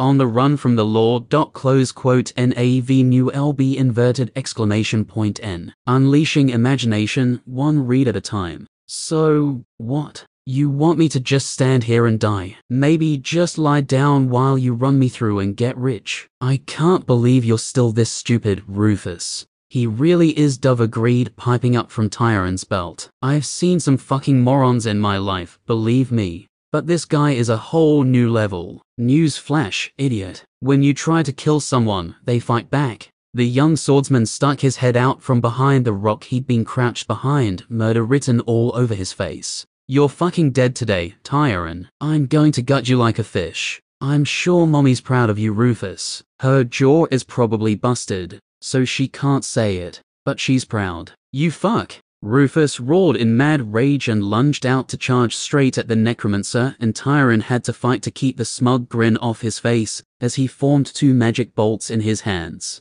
He let them fly, expecting them to take Rufus straight in the chest, but Laurel leapt out to tackle the swordsman before he could really get going, forcing him to tumble to the ground as the spells whizzed over his head. Shit. More magic wasted. He couldn't hear what Laurel said as she growled at her lover and hauled him back behind the rock, but it was probably similar to what Tyron himself had mentioned. "You could always just run," Laurel Tyron called as he redistributed his remaining skeletons, ensuring he was covered from archer fire, and resumed his slow march up the mountain. Hard to spend money when you're dead. There was zero chance he could persuade Rufus to back down. That prick had hated him since they were children, combined with an overblown sense of his own ability. The idiot probably thought he could beat Tyron if he was the only slayer here. If Tyron killed him and spoke to his ghost, Rufus would still call him names and accuse him of cheating. He was a lost cause. Laurel, though, she was only here for easy money. If he convinced her there was no money,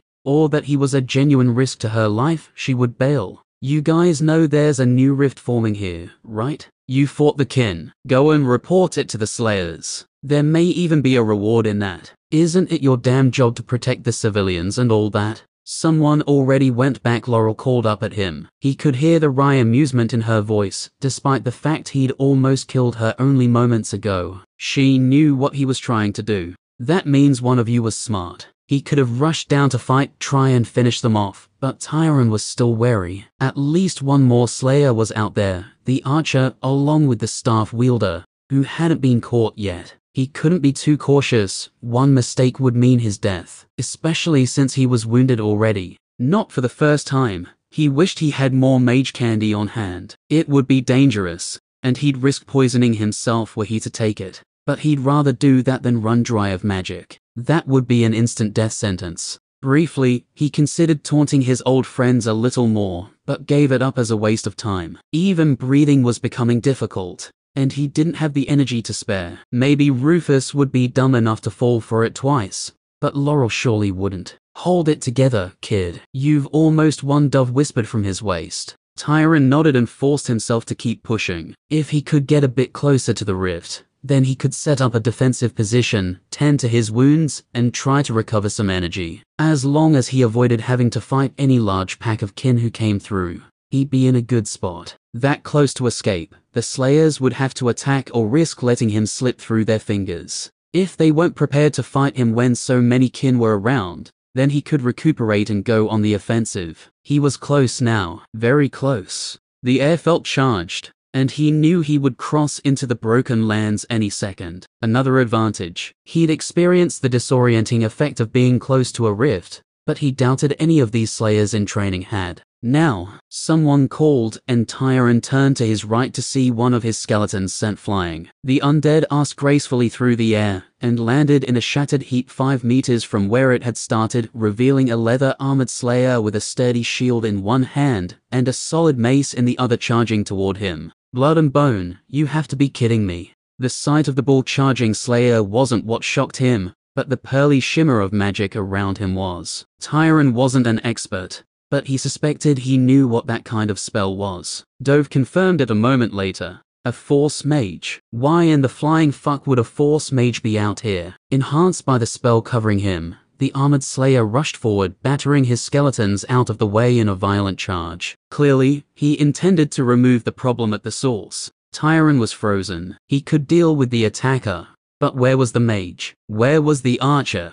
His moment of indecision almost cost him his life, but he threw himself aside at the last second, recovering just in time to whip out his sword and clumsily parry the mace before it could crunch his skull in. Chapter 110. The heavy mace knocked Tyron aside as his arm bent into his body and absorbed the force of the blow. Once he had his balance back, he tried to execute a counter-slash as he commanded his minions to support him. The armored Slayer had the time to look offended by Tyron's sloppy technique before he batted the sword aside with his shield and bowled forward, shoulder lowered. He crashed into the necromancer's chest as 2 bone arrows shattered against the protective magic that covered him, and Tyron fell down the slope, the air rushing out of his lungs. Fuck, that hurt. Luckily, his bone armor protected him from the worst of the fall, but the impact still jolted him. A spike of pain from his chest caused him to wince, and Tyron wondered if he'd broken a rib. No time to worry about it. He levered himself back to his feet and adjusted his grip on the sword.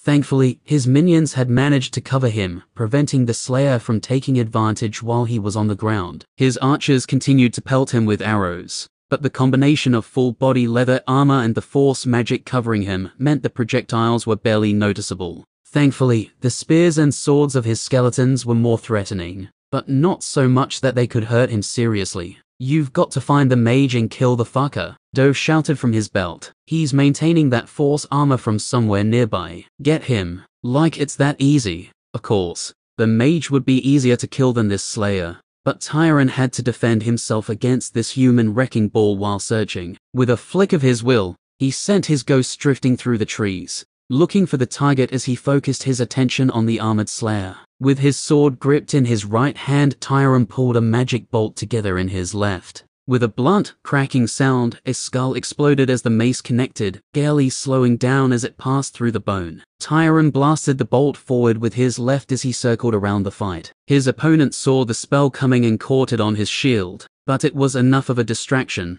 that several blows fell on him from the surrounding skeletons. He could have pushed forward trying to take advantage of the moment, but he was wary. There were archers out there, and Rufus. If he showed his back, he was likely to start sprouting arrows, or get run through. Instead, he took a few precious seconds to glance around the trees and rocks that surrounded him on the slope. That prick of a mage had to be somewhere around here. To his surprise, one of the ghosts reported that it had seen something. Although it was a risk, Tyron snapped his vision to that of the spectre for just a second, and despaired at what he saw. He'd found the Force Mage. It was Brun. The disheveled, unkempt Slayer stood beside a curled tree trunk, hands aglow with power, a sly grin on his face. This prick, he must be double-dipping. If this kid kills me, Then he splits the bounty. If he fails, he can have another shot after I'm worn out. That ruled out being able to kill him. At the very least, Brun was a Bronze Slayer, the same rank as Tyron himself. Force Mage may not even be his main class,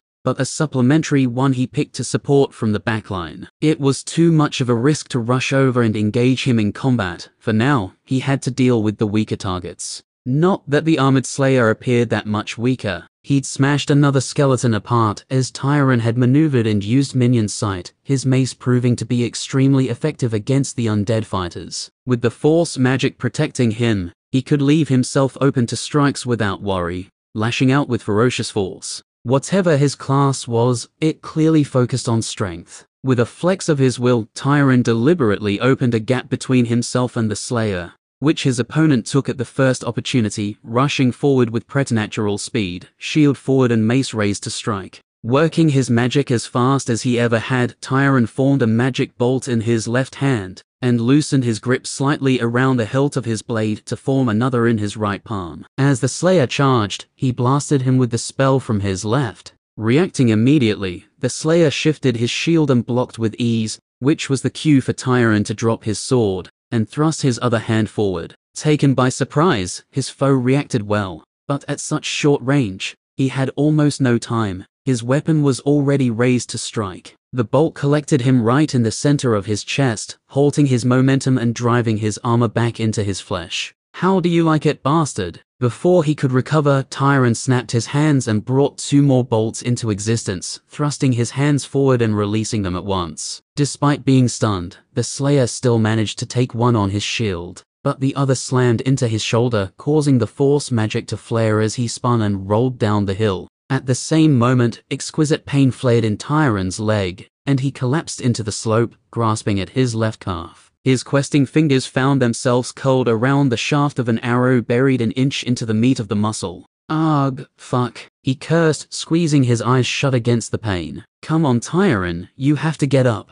I know that." The words were forced between clenched teeth, but in truth, he felt like sobbing. He was in more agony now than he'd ever endured in his life, and the fight was far from done. He had to commit, there wasn't time to hold back. As he rolled in the dirt, fumbling for his sword, he sent all of his revenants down the slope to deal with the armored Slayer. He couldn't fight him and avoid the archers at the same time. The man had to die. The 3 skeletons, magic blazing in the circle of their rib cages, rushed down the mountain and pounced on the recovering Slayer, hammering him with their weapons. Tyron's hand closed around the hilt of his blade and hauled it over, before he seized the shaft of the arrow with his free hand. With one sharp, chopping motion, he severed the wooden shaft, sending a fresh wave of pain racing up his leg. He stifled a groan, hoping his shield skeletons were covering him well enough to prevent another arrow. He reached out a hand to take hold of an undead, and used it to pull himself to his feet, leaning on his own minion to keep his balance. Down the slope, he could see Rufus and Laurel beginning to make their way forward, but he ignored them for the moment, focusing his attention on the armored Slayer. His archers continued to fire upon the man, the impacts causing the magic to flare and spark around him, dimmer and dimmer each time. If he could keep up the assault for a little longer, he looked inward at his magic reserves and blanched. He was running so low. Instead of unleashing Death's Grasp as he'd intended, he prepared another 2 magic bolts, letting his skeletons prop him up to free his hands. He waited for a moment to strike as his 3 revenants continued to harry the Slayer, lashing out, faster and stronger than his normal skeletons. They were also more expensive to maintain, those quick movements coming at the cost of greater magic demand. It wouldn't be long until he ran out completely. There, an opportunity came. The Slayer, tired of being beaten on, rushed to his right, knocking away the strike of a revenant with his shield, and allowing his force magic to take the strikes of the others. With a wild bellow, he lashed out with his mace, crushing the revenant's skull with one mighty blow. At the same moment, the glow of magic around him flickered out, and Tyron thrust both his hands forward. Nearby, Brun cursed as a sensation of unfathomable cold attacked him from the inside, shocking him out of maintaining his spell. He could feel a malicious will coiling inside him as it sought to ravage his flesh, and he recognized it for what it was. He rolled to his right and leapt, putting some distance between himself and the spirit, before he turned and blasted it with a spell. The ghost shrieked in pain before it slid into the tree, where he couldn't harm it. 2 magic bolts slammed into the armored slayer's chest, sending him reeling backwards. Tyron's best revenant, the former swordsman, was too quick to miss an opportunity like that. The skeleton lunged forward, blade whispering through the air like the promise of death before it slid between ribs, and caught the slayer's heart like an apple. Another arrow snapped towards Tyron from the shadows and was caught on a shield, his minion shifting to block it at the last moment. That opened a path for the second, which flashed through the air and buried itself in his shoulder. Tyron's vision went black for a moment as the excruciating pain overwhelmed his consciousness for a brief moment. He forced himself to focus, driving the darkness away with his will. He would not fall here. Fucking shit, kid. Stop getting shot. I know. The bolts he'd hit the Slayer with had helped heal him, but it was only a fraction of what he needed. Now he had a fresh injury on top of that, and he was struggling even to breathe. Pull it out. His silent command to a skeleton caused it to reach out and wrench the arrow from his shoulder. Tyron bit back a scream of pain as the arrowhead pulled free, tearing muscle as it went. This area was too open, and his skeletons were getting picked off. If he wasn't careful, he wouldn't have enough to cover him from archer fire at all, at which point, they could pick him off at their leisure. He needed to get higher up the mountain. The larger rock formations closer to the rift would cover him. At least there weren't many opponents left. There shouldn't be. As far as he knew, there were only 4. Laurel, the other archer, Rufus and Brun. It was getting difficult to think through the agony and fatigue, but Tyron managed to regather his undead and begin to climb, or hop up the mountain once more. His archer skeletons fired down on Laurel and Rufus whenever they could see them, trying to hamper their progress. The 2 approached cautiously, conscious that Tyron was injured and worn out. In truth, they were confused he hadn't fallen over already. After the prolonged fighting, he should have lost all his magic long ago, and after being injured as much as he had, he should have collapsed or died. Tyron's unnaturally strong constitution was allowing him to endure far more punishment than a person should be able to, and he leaned on that to push himself forward. In the distance, he could see the boundary of the Broken Lands approaching, as the temperature continued to drop. The rift was close now, and the likelihood of him running into kin was getting higher. He had to be careful, but he was so damn tired. Every step he took was agony, and focusing through the pain sapped his willpower. Part of him wanted to quit, to just fall over and let it all go, but the greater part refused to let that prick Rufus win. Even if Tyron died on this mountain, he was determined to take Rufus down with him. The Slayers were cautious, and kept their distance as Tyron continued his slow climb. At any moment, they expected him to fall, but to their shock, the huddled skeletons and the hunched figure in their midst continued to ascend, one step at a time. "What do you think we do?" Rufus asked Laurel in a hushed tone. "Should we rush him? He's getting close to that rift." Laurel bit her lip as she considered, her dark eyes watching Tyron with unblinking focus. "He can't have much left in him," she said. "I say we wait until he gets up there, and then we hit him from the flank. The only way things go wrong is if we get caught out by the Riftkin."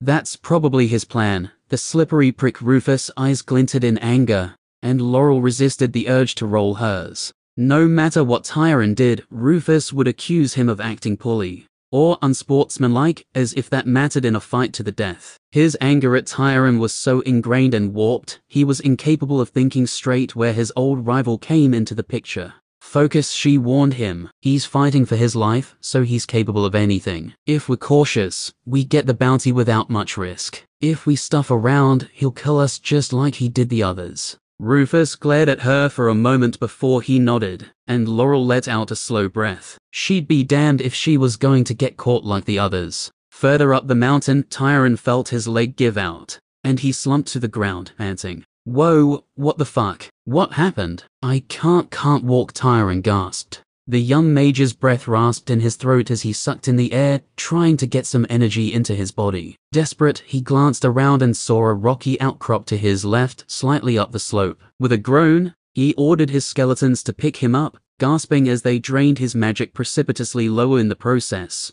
and they carried him the final 10 meters. He had his minions place him down behind cover, and he lay there, still gasping for breath. Between the blood loss and the icy wind, he could barely feel his fingers anymore, and he rubbed them together to try and get the sensation back. Without his hands, he was as good as dead. What use was a mage if they couldn't cast magic? Kid Dove said. With trembling hands, Tyron released the buckles that secured his pack, and almost sagged with relief as he felt the weight go. He should have done that ages ago, Kid Dove repeated. Tyron closed his eyes and nodded slowly. I know, he said as he fumbled behind him. His shoulder ached something fierce as he took hold of the pack and pulled, dragging it around until he could reach in. He grabbed hold of his water skin and took a long drink, the water shockingly refreshing as it soothed his raw throat. We had a hell of a run, he chuckled as he wiped the water from his chin. He reached out and poured a trickle over the skull, letting it run down and drip over Dove's features. Sorry, it's not alcoholic.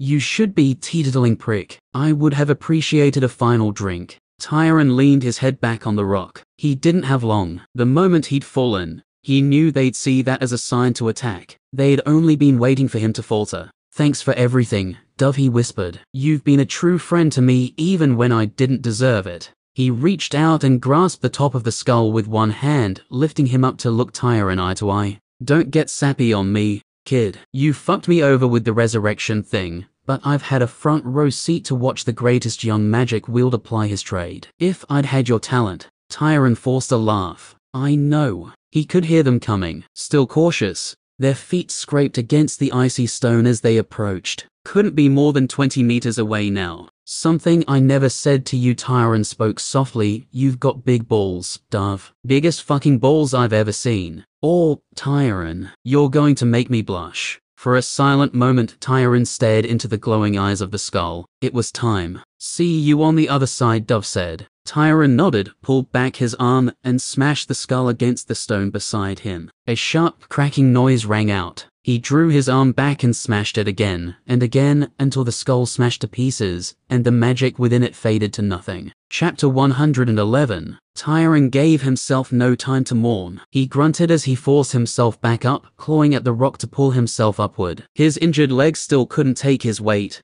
and he was forced to lean on a skeleton again in order to move. The last of the Slayers was coming to pay a visit. It'd be rude to greet them sitting down. With a thought, he gathered his skeletons and ghosts, placing them in a defensive formation that he hoped would protect him from being stuck with more arrows. He'd had enough of that for one day. The rift was close now, close enough that he could probably make it through in just a few minutes, even as injured as he was. Would he survive for long on the other side, though? Not likely. It's not looking good, he muttered. He paused a moment later when he realized he was only talking to himself. He felt a pang in his chest, an entirely different sort of pain, but he couldn't afford to focus on that now. He could mourn for Dove after he survived, or when he was dead. With his remaining revenants, skeletons and ghosts, Tyron prepared to face his final opponents. If Brun was prepared to honor his word, then that meant he had Rufus, Laurel and the Archer to deal with first. He almost looked forward to it. They were creeping closer now. He could hear them. They had to have heard him moving around,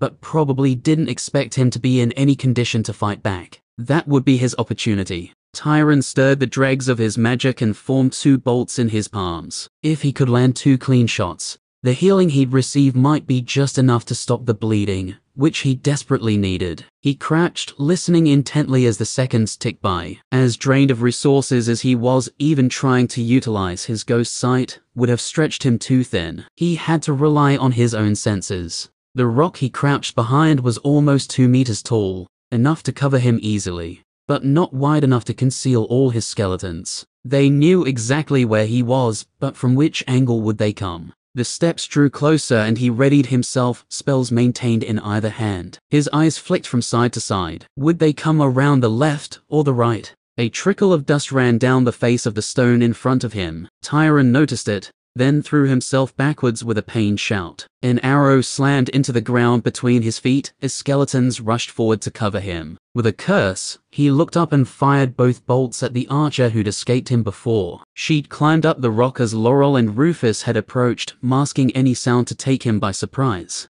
As off balance as he was, one of his bolts went wide, but another connected on her right hip, spinning her around with a shout. She dropped out of sight as he felt a pathetic trickle of healing creep into him. The connection hadn't been clean. He mustn't have done much damage. To his right, Rufus charged forward, attacking his skeletons with wide swings of his blade. He was in amongst them so quickly that 2 had fallen before Tyron could react. Chest burning, his remaining revenants rushed at him. but Rufus was wary of them, trying to keep the weaker minions between himself and the more powerful undead. Arrows flew from the side, trying to pick off more skeletons, as the swordsman kept them occupied. Tyron raised his hands and prepared to cast the shivering curse, then hesitated. With a sour grimace, he abandoned that plan and staggered forward instead, summoning another pair of magic bolts in his hands. He couldn't afford to stand still for that long, not with the escapee only meters away. If she climbed up the rock again, he'd be dead on the spot. If only he'd injured her enough, he could be confident her mobility was gone. Rufus moved with the smooth grace of a martial class, his balance and speed all greater than the human norm. He must have reached level 10 at least, perhaps taken a feat to enhance his body control,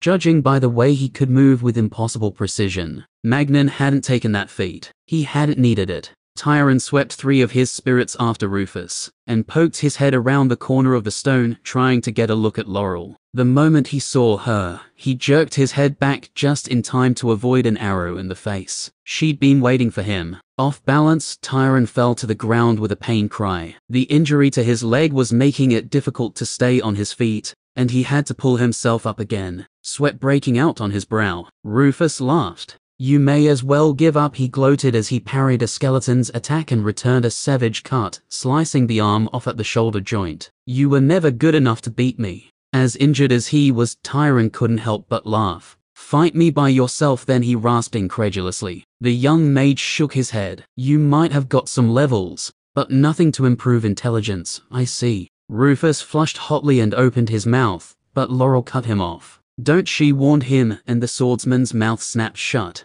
Tyron leaned against the rock, trying to keep an eye behind him for the other archer. "Well, that's not surprising. We always knew who wore the pants in your relationship, Rufus." He heard Laurel tsk as Rufus roared and charged forward. Tyron rekindled the bolts in his hands and prepared himself. The second archer appeared behind him, arrow ready to loose, but he predicted that his back was already covered by 3 skeletons with shields. Rufus battered several skeletons aside, but ran headfirst into his 2 revenants, who weren't so easily ignored. A savage cut from the undead swordsman nearly sliced his throat before Rufus pulled back at the last second. Tyron stepped out from behind cover again, spotted Laurel coming forward to shield Rufus, and unleashed his spells. Her eyes widened when she saw him, and her hands flickered as she drew and loosed an arrow with breathtaking speed. But it wasn't fast enough. The projectile flicked off the bone armor covering Tyron's ribs, but she was hit with 1 bolt on her shin as she jumped to the side. He heard a satisfying crack as Laurel spun in the air, crying out with the pain. "Fair's fair," Tyron said as he retreated behind cover again. "You bastard!" Rufus grit his teeth as he warded off the 3 revenants, sword flashing in the light. "Not my fault you're stupid, Rufus." Tyron turned to face the other archer. Her angle blocked by the skeletons, she tried to come further around the rock to get a shot on him, but hadn't managed it. As he faced her, she blanched at the look on his face, but exhaled a slow breath and released her shot. One of his shield skeletons went down with an arrow straight through the skull before she ran up the slope. They were whittling down his forces. He couldn't afford to lose too many more. Rufus had fallen back to defend Laurel, so Tyron took the chance to pursue the other archer. She'd run closer to the rift so she could shoot downhill at him, a smart decision, since it gave him less places to hide. His own archers fired at her, trying to pin the ranger down, but they were running low on ammunition. Sure would be handy to have had an archer revenant through this fight, he scolded himself. With a sour feeling in his gut, he realized he wasn't in a position to chase her. With his injuries, he'd be too slow moving uphill, and leaving the cover of the rocks would open him up to Laurel. His options were running thin, and that false mage, Brun, was still out there somewhere. As much as he hated to admit it, the real threat was Rufus. Even together, the 2 rangers wouldn't be able to fight through his minions to get to him. If he removed Rufus from the picture, then he could possibly sit back and recover a little. With enough magic and some time to clean and bandage his wounds, his position would be vastly improved. As long as Brun kept his word and didn't attack while Laurel and her partner lived, he'd be safe. It was a risk to believe the Slayer would do as he'd said. The man had already bent his rules once. But what choice did Tyron have? He was down to desperate gambles at this point. He slumped against the rock and drew in several deep breaths, making sure he was covered from the archer above him. At his direction, several of his spirits drifted into position. He'd only get one shot at this. As exhausted as he was, Tyron didn't trust himself to win a mind war, not even against Rufus. That left him one option. The necromancer closed his eyes, raised his hands, and began to ink in his spell. Fingers flickered from one arcane sigil to the next, and in less than 10 seconds, he was prepared. Tyron pushed himself around the corner, saw Rufus and Laurel together, and extended his hand. Death's grasp. The black magic raced through the air, twisting and coiling around itself as it flew in a dark wave. If he'd been by himself, Rufus would likely have been able to avoid it. But in a last-second miscalculation, he thought the spell was targeting Laurel. He pushed her aside with a shout, and became entangled by the magic a moment later. Crushed in its grip, he could barely move at all, and Tyron ordered his ghosts forward, a crooked smile on his face. The specters closed in on the bound swordsman, wearing their own expressions of malicious glee. They stretched out their arms, ready to plunge them into his flesh and suffocate him with their ethereal cold. But they didn't. Wah dash, Tyron muttered as he staggered and fell to one side. The ghosts hissed malevolently inches away from Rufus, but they still didn't move forward. They couldn't. He was out of magic. Nearby, all of his skeletons became still, frozen in place, as the arcane energy they depended on to move ran dry. Tyron himself felt hollowed out, as if the force animating his body was gone. He was a mage completely drained of magic. There was no longer anything he could do. Despair welled inside him as he looked up at the clouds roaring above. He'd been so close. A few seconds longer and that prick would have been dead,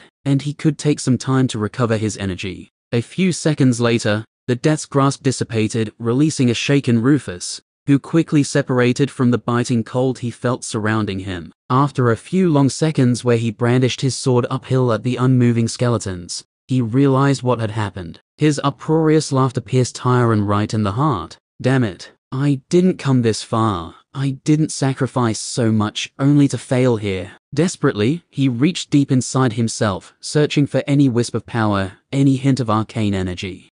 Anything, he could use to fight back. When he didn't find anything, he rolled his head and stared at his pack. There might be another piece of mage candy in there, one that he'd missed before. Not even a whole piece would be needed. A shard, a sliver, dust, it would be better than what he had now. Barely able to move, Tyron began to drag himself across the stony ground, ignoring the flaring pain of his wounds. He could vaguely hear the others moving around, but he ignored them, focused totally on his goal. If he could only reach his pack, he could turn this around. He just had to reach. You may as well stop there, Tyron, Laurel said. The necromancer paused, hand outstretched to his pack, and rolled over to look up. The ranger sat above him, rubbing at her wounded leg, a frown on her tanned face. He turned to look behind him and saw Rufus grinning widely, sword swinging back and forth as he rolled his wrist, not 3 meters away. Shit, he groaned. Yes, you are. Rufus's grin broadened as stepped a little closer. There was an ugly light in his eyes as he approached, almost feverish in its intensity. Just do it cleanly, Laurel said to him, her eyes hard. Don't fuck around. Rufus's smile slipped a little as he glared up at Laurel. Why do you always take his side? He growled, pointing at Tyron with his sword. After what he said about my mother, I'm going to carve him like a roast. If you don't want to watch, you can turn the fuck around. Laurel rolled her eyes and glanced down at Tyron. See you, Ty, she said. Shame about how this worked out for you. Yeah, he rasped, real shame. She turned and slid down the rock, landing heavily on the other side. Tyron looked up at Rufus, who glared at him. You never deserved a single thing you got, the swordsman growled at him. I hated that about you. You never stopped whining. I hated that about you. Tyron forced a grin up at the swordsman, and Rufus spat at him. I've been looking forward to this, he said. Tyron curled his fingers beneath them, cupping the magic bolt he'd scraped together a second before. Me too. Bright light flashed, blinding Tyron for a moment. Something hot sprayed on his face, and he spat reflexively. Blood. His eyes shot open and he looked at himself. No, he was fine. He looked up at Rufus. The swordsman had a strange look on his face, his eyes seemed to be looking in different directions. Then a line of blood appeared, running straight down the middle of his forehead. It trickled down to his nose, fell onto his chin, then dropped, splashing against the rocky ground. Then Rufus fell into two pieces, his left half falling backward, the right slumping forward. Tyron didn't look. He was staring at the figure who'd been standing behind him. He always was a shitty kid, Magnan observed, looking down on Tyron with a broad grin. He winked. Great to see you, son. Chapter 112. Tyron stared up at his father in shock. For his part, Magnan continued to smile down on his child, eyes sparkling with mischief. It was such a familiar expression, it took Tyron a moment to notice that not all was well with his overpowered parent. Magnan looked pale, his cheeks were sunken in, and there were dark bags under his eyes, as if the man hadn't slept in a month. Tyron had never seen him like this. What had happened?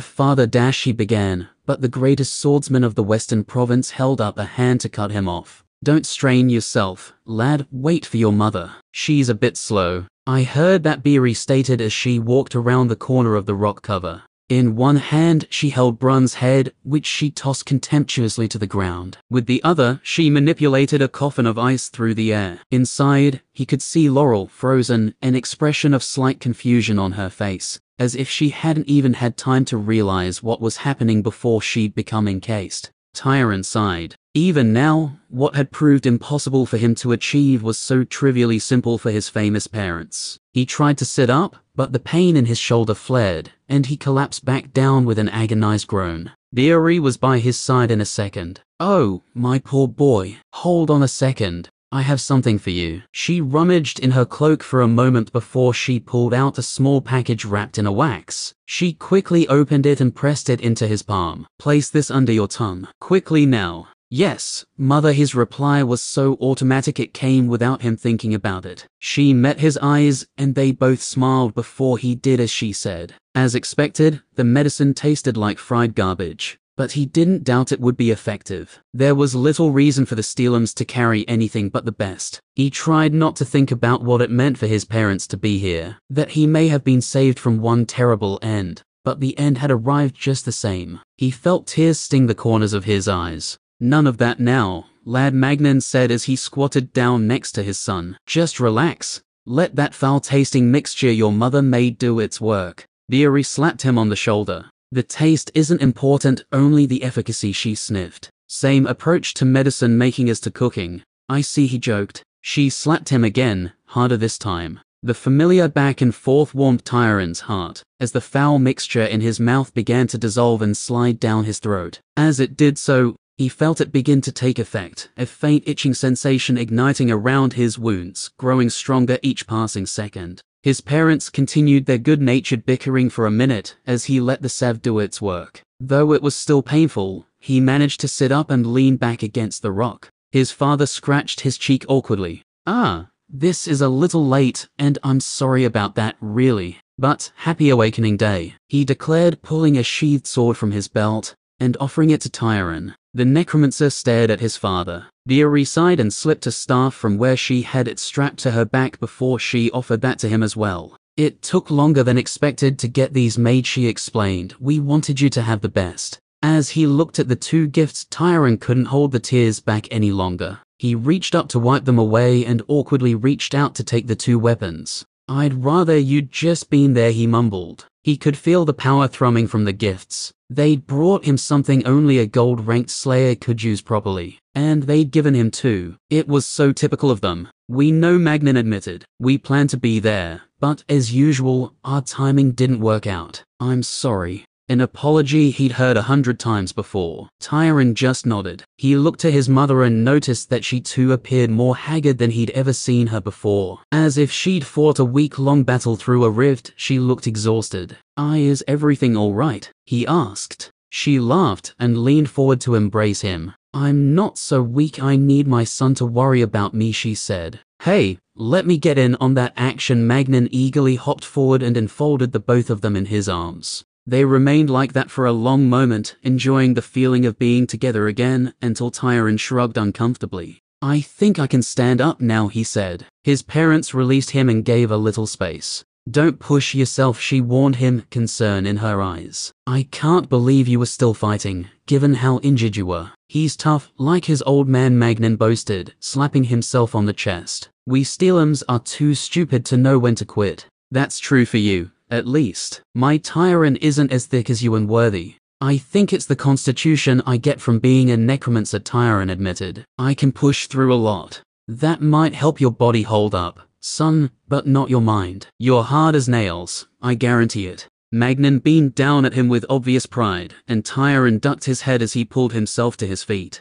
They were always like this, full of praise and positivity. He'd never been comfortable dealing with it. From ordinary parents, perhaps it would have been easier to accept, but they doted on him as if they didn't recall who they were. He could remember how his father had acted the day he'd unlocked the swordsmanship skill. You'd have thought he'd won the Sword Saint contest and been crowned the best in the Empire. Watching someone who'd actually won that tournament act in that manner had just made Tyrant embarrassed. He took hold of the sword that still pulsed with power, gripping it tightly in his left hand. I can't believe you got me a sword, he shook his head. Magnan shrugged, a little embarrassed. I had to cover the bases, didn't I? He defended himself. What if you'd actually awakened as a swordsman and we came home with a staff but no sword? I'd have turned around and gone back out to commission one immediately, as if there was ever any chance. This boy is a genius mage, make no mistake. He had a mystery before he even had a class. Tyrant tried not to smile. I have two now. Beery gave a little shriek and squeezed him from the side as Magnan threw back his head and laughed. I still have a long way to catch up to you two. How many do you have now, Dad? Magnan's laugh cut off and his eyes flicked to his wife. There's no need to dwell on the numbers. More isn't necessarily better. It's all about how far you advance them. He nodded seriously. Take that lesson to heart. Beery huffed. He has 9, she murmured, pretending to glare at her husband. I've never been able to catch up to him. Let's not dwell on that. How far did you manage to advance yours, Tyrant? They're advanced, both of them. Both Steelums boggled, and he felt a flush of pride at being able to shock them for once. How? Beery gasped. What level are you? You can't be over 40 already. I'm not, he shook his head. I reached level 30 in Necromancer. They were progressed by the unseen as a reward. Well, Magnan grinned. I can see you have a lot to tell us. He glanced up at the sun overhead. We've got a little time. Why don't we set up a little camp here, and you can tell us about your journey? They waited for him to nod, and then launched into a flurry of activity. In no time at all, they'd arranged a humble campsite, replete with crackling fire, as they utilized their superhuman abilities to perform routine chores in mere seconds. From their packs, they pulled tea and bread along with cured meat, and soon they were chatting around the fire, listening with rapt attention as Tyrant detailed his trials since the awakening. As always, his parents made an excellent audience, hanging on his every word and interjecting with appropriate excitement or sympathy at the right moments. When he fought off his friends and escaped the tomb in Foxbridge, his mother sniffed and glared at the nearby corpse of Rufus, now freezing in the icy temperatures. I never liked that boy, she declared. His poor mother deserved better. Poor Elsbeth. Magnan shook his head. A shame she got caught up in all this. Or what? Tyrant asked. His father waved him off. Later, lad. Finish your tale first. He told them of his trip to Woodsedge, getting robbed on the way, and eventually making it to the town. He spoke of his apprenticeship to Hacketh, learning the basics of the butcher's trade, his forced ritual casting of Beyond the Veil, and the chaos that ensued. They listened quietly as he spoke of his first journey to the Broken Lands, of his search for bones, and his first meeting with Dove. When he told them of his attempt to rush to the rift, hoping to do something to support the Slayers, they both winced, and he nodded sheepishly. Not my best decision, he admitted. Your heart was in the right place. Beery reached out and patted him on the knee. And one day, I believe you'll be so mighty you can hold a rift single-handed, but that wasn't the time to try. He went on to detail how Dove had saved his life, how they had bunkered down during the break, and how he had partially resurrected his friend and mentor. He sounds like my kind of guy. Magnan laughed, and Beery shot him some side-eye. Oh, come on. Would I have given him my wallet? No, but he does sound like a fun person to know. Tyrant opened his mouth to defend Dove, but shut it again after a pause. The summoner hadn't been altogether wise with his finances. If he'd gotten his hands on Magnan's fortune, it likely would have vanished overnight. He wasn't the kind of person you would approve of, Mother, he said, but he was a great slayer, a brilliant mage, and a good friend to me. I can hardly disapprove of him after everything he did for you, Beery said. I would love to have met him. The necromancer nodded sadly. He's free now. That's what he wanted. More importantly, that was some incredible magic Beery enthused. I earned my second mystery for it. Then he detailed his contact with the Scarlet Court and the summoning of your. His mother huffed disapprovingly. Vampires, she said with disapproval. I've never liked them. You know about them. Tyron turned his eyes to her, and the battle mage smiled. Of course. But we can deal with that later. Go on. He went on to detail his escape from Woodsedge, his journey through the Western Province, and the encounter with the farm bandits. Beery's face twisted in disgust at the description, and even Magnan leaned and spat to one side. Filth, the swordsman stated simply, as if it was all that needed to be said. After the battle and his successful defense against the counter-attack, he described his meeting with Elsbeth and her teacher, which raised the eyebrows of both his parents. Priestess to the old gods. Well, I did not see that coming, Magnan said. Beery hesitated before speaking. I don't really see Elsbeth as being compatible with them. You know about them as well, Tyron demanded. Magnan laughed. You don't get to as high a level as us without learning a few things, he chuckled, even though people try desperately to hide it. In fact, the more they try to hide it, the more I want to find out what they're hiding. From there, he told them of his journey through the foothills, of his contact within the abyss, and of hunting down the bandits. Going through the veil, Magnan whistled, sharing a look with Beery. He's not going slow, is he? Beery said with pride. I couldn't have done it without the help of your Tyron explained, but his mother wouldn't have it. It takes a certain fortitude to encounter the beings beyond the veil, and return with your sanity. You should be very pleased with yourself. There's a reason abyssals are usually hunted by gold slayers. Tyron hadn't known that. By the time he got to explaining his encounter with Cragwhistle, his capture of the Archer and his discovery of the nascent rift, almost an hour had passed. Only then did he realize something he should have thought of earlier.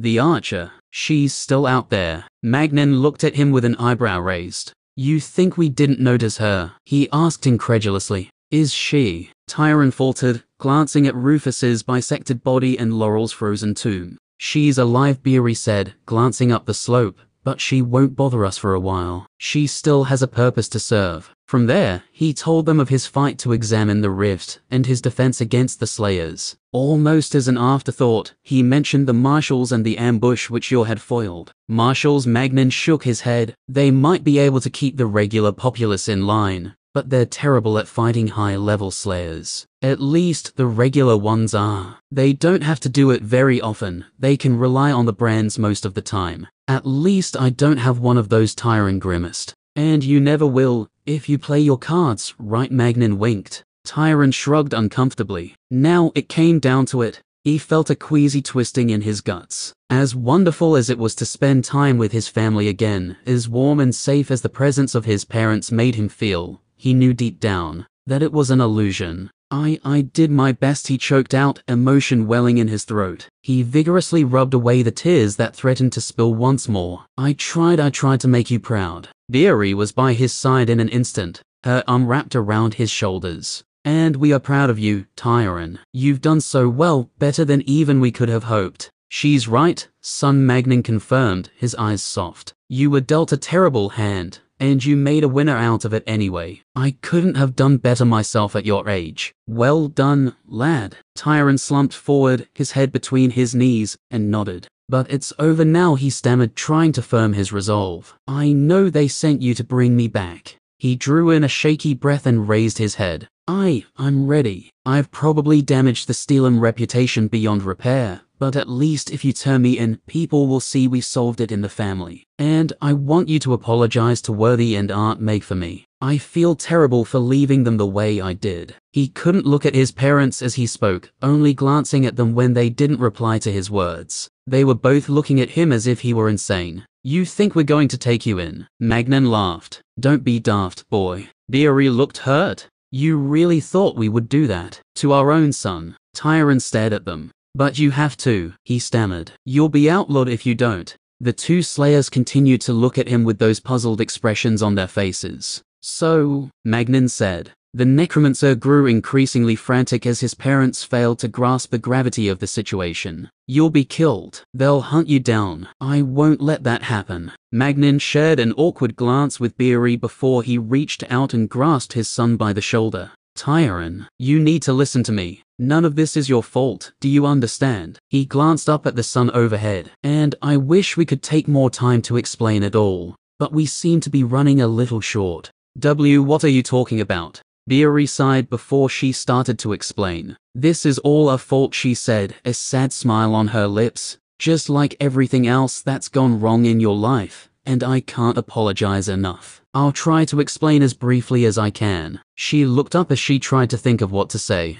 It really boils down to the Magisters, the nobility who control them, and the 4 assholes who control them. Tyron boggled. You mean the Divines? She sneered. Of course the Divines. The entire branding system is their invention, desperate to prevent anyone from fighting their way up to the same level. When your father and I reached a certain point, Magnan picked up as she trailed off. They told us we couldn't progress any further. He sounded completely affronted, and Tyron could understand why. You might as well have told the pair to stop breathing. Imagine that. Stop fighting. Leave the rifts alone, retire to some mansion in the central province, and live out our days in peace. He looked as if he might throw up just thinking about it, and Tyron couldn't help but laugh. Knowing his family as he did, it was a ridiculous request. We could still tidy up little jobs around the edges, but nothing serious. Nothing like what we would need to do to progress. If we didn't comply, they threatened to use the brands and murder us. So naturally, we immediately tried to find a way around it. Sneaky stuff, dark powers, vampiric nasties, long-forgotten gods, all the classics. Take this seriously, Magnan Beery frowned. But he's basically right. We sought for a way to nullify the effects of the brand and break the control they had over us. We were partially successful. We were able to weaken the brand, but couldn't break it. And to make a long story short, Magnan broke in. They found out what we were up to and decided to punish us. Tyron frowned. How? You, Love, Beery said gently. The Divines interfered with your awakening. They have some influence over the unseen. Not much, but the awakening crystal is designed to increase this control. They used it to give you the Necromancer class, and the Dark Ones noticed their meddling, giving you anathema to help you survive and disrupt things for their enemies. It was a shocking revelation, and Tyron's brain froze as he tried to process it. The gods had given him this class in order to punish his parents. It was absurd. Or was it? Magnan grimaced. From there, it was relatively easy for them to engineer a situation that was no win for us. We'd either have to kill you, our only child, or die ourselves, which is what they really want.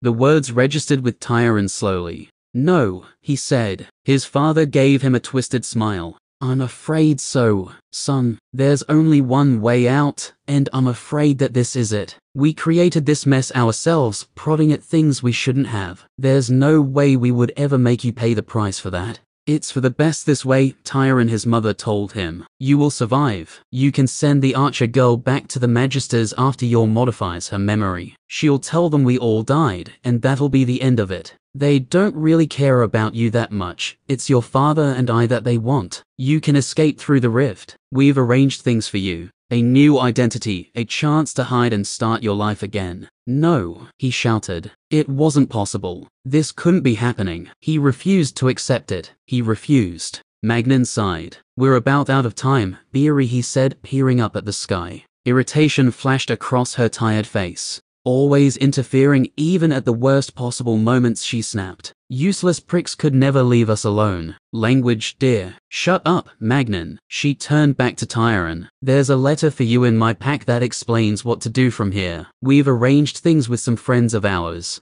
They'll help you. The two of them rose and stood arm in arm, looking down on their son with proud smiles on their faces. Tyron looked a mess, tears running down his face as he stared imploringly up at them. Live your life, son. We're so lucky to have had you in our lives. And I'm sorry we messed things up so badly for you, Beery said, her lip quivering. Magnan leaned his head down against that of his wife. You'll be free after this, he said. We've been able to do that much for you, in the end. Love you, kid. He turned his head and kissed his wife's hair. Are you ready, darling? Of course. The greatest swordsman of the Western Province flipped a dagger from his belt and caught it nimbly by the hilt. You may want to look away for this, he said to Tyron, before he turned, lifted Beery's chin and kissed her full on the mouth. Then he rammed the dagger straight into her heart. Beery stiffened, then went limp in her husband's arms. Magnin lowered her lovingly to the ground, then knelt by her side. "Sorry we couldn't leave you our souls," he said quietly. "We didn't want to risk the divines getting hold of us." He tapped himself on the chest. "But this is the finest damn set of materials you'll ever get your hands on. Make sure you use it well." Without taking his eyes from Beery, he lay down by her side, before he slid the blade into his own chest, sighing as he did. Then he was gone. Tyron sat staring at them for a long time. Chapter 113. Hours passed and still, their young necromancer sat, unbelieving, as he stared at the rapidly cooling corpses of his parents. It didn't seem real. It couldn't be real. Magnin and Beery Steelum were invincible, immovable presences in his life. The thought that they might die had never even entered his head. To his mind, they were functionally immortal, regularly entering the most dangerous places imaginable, and leaving with hardly a scratch. The sight of their still and lifeless bodies refused to register, and his brain froze. He was dimly aware of his skeletons coming to life around him as his magic slowly replenished. They may have even fought off some riftkin as he sat unmoving. He couldn't be sure. Hours later, he gathered enough of himself to turn, muscles aching from lack of activity, and he grasped his mother's pack, fumbling it open with shaking hands to find the note she had left him. He read it through 5 times. Despite the evidence before his eyes, he still couldn't make himself acknowledge what had happened. Despite the note, which he read over and over, it couldn't force the knowledge that his parents had died to sink into his head. He was still struggling with it when night fell. They knew from the beginning it was going to end like this, Yor said from behind him.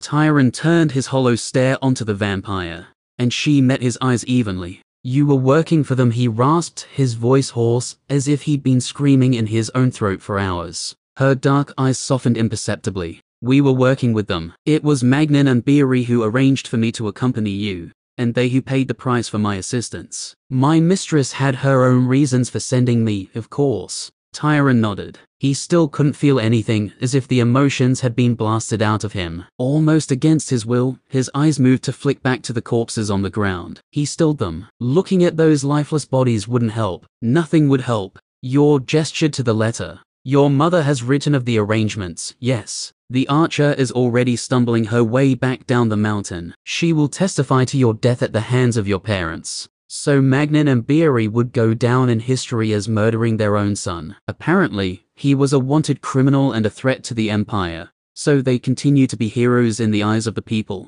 which for some reason ignited a slow-burning fury in Tyron's gut. The silence dragged out, and for a moment even Yor looked discomforted. Tyron's eyes were dead, his posture slumped. Yet he radiated a cold anger that manifested as his fingers curled and uncurled into fists, the knuckles whitening as he clenched. The arrangements. They had planned everything out for him, so well, given him as much time as they could manage, letting him gain power, so that he could stand on his own when they were gone. It was all there on the page. If he followed their instructions, he would live a quiet and anonymous life, free of the brand, free of control. The freedom they had always been denied in their own life, they had bought for him. He'd have to hide, of course, but they'd arranged that for him as well. Experts who could produce fake status documents, corrupt officials that would look the other way and let him settle. "You choose," they'd written, "you get to choose." When he thought of how much they had wanted that choice, he almost broke. It was the most precious thing in the world to Magnin and Beery,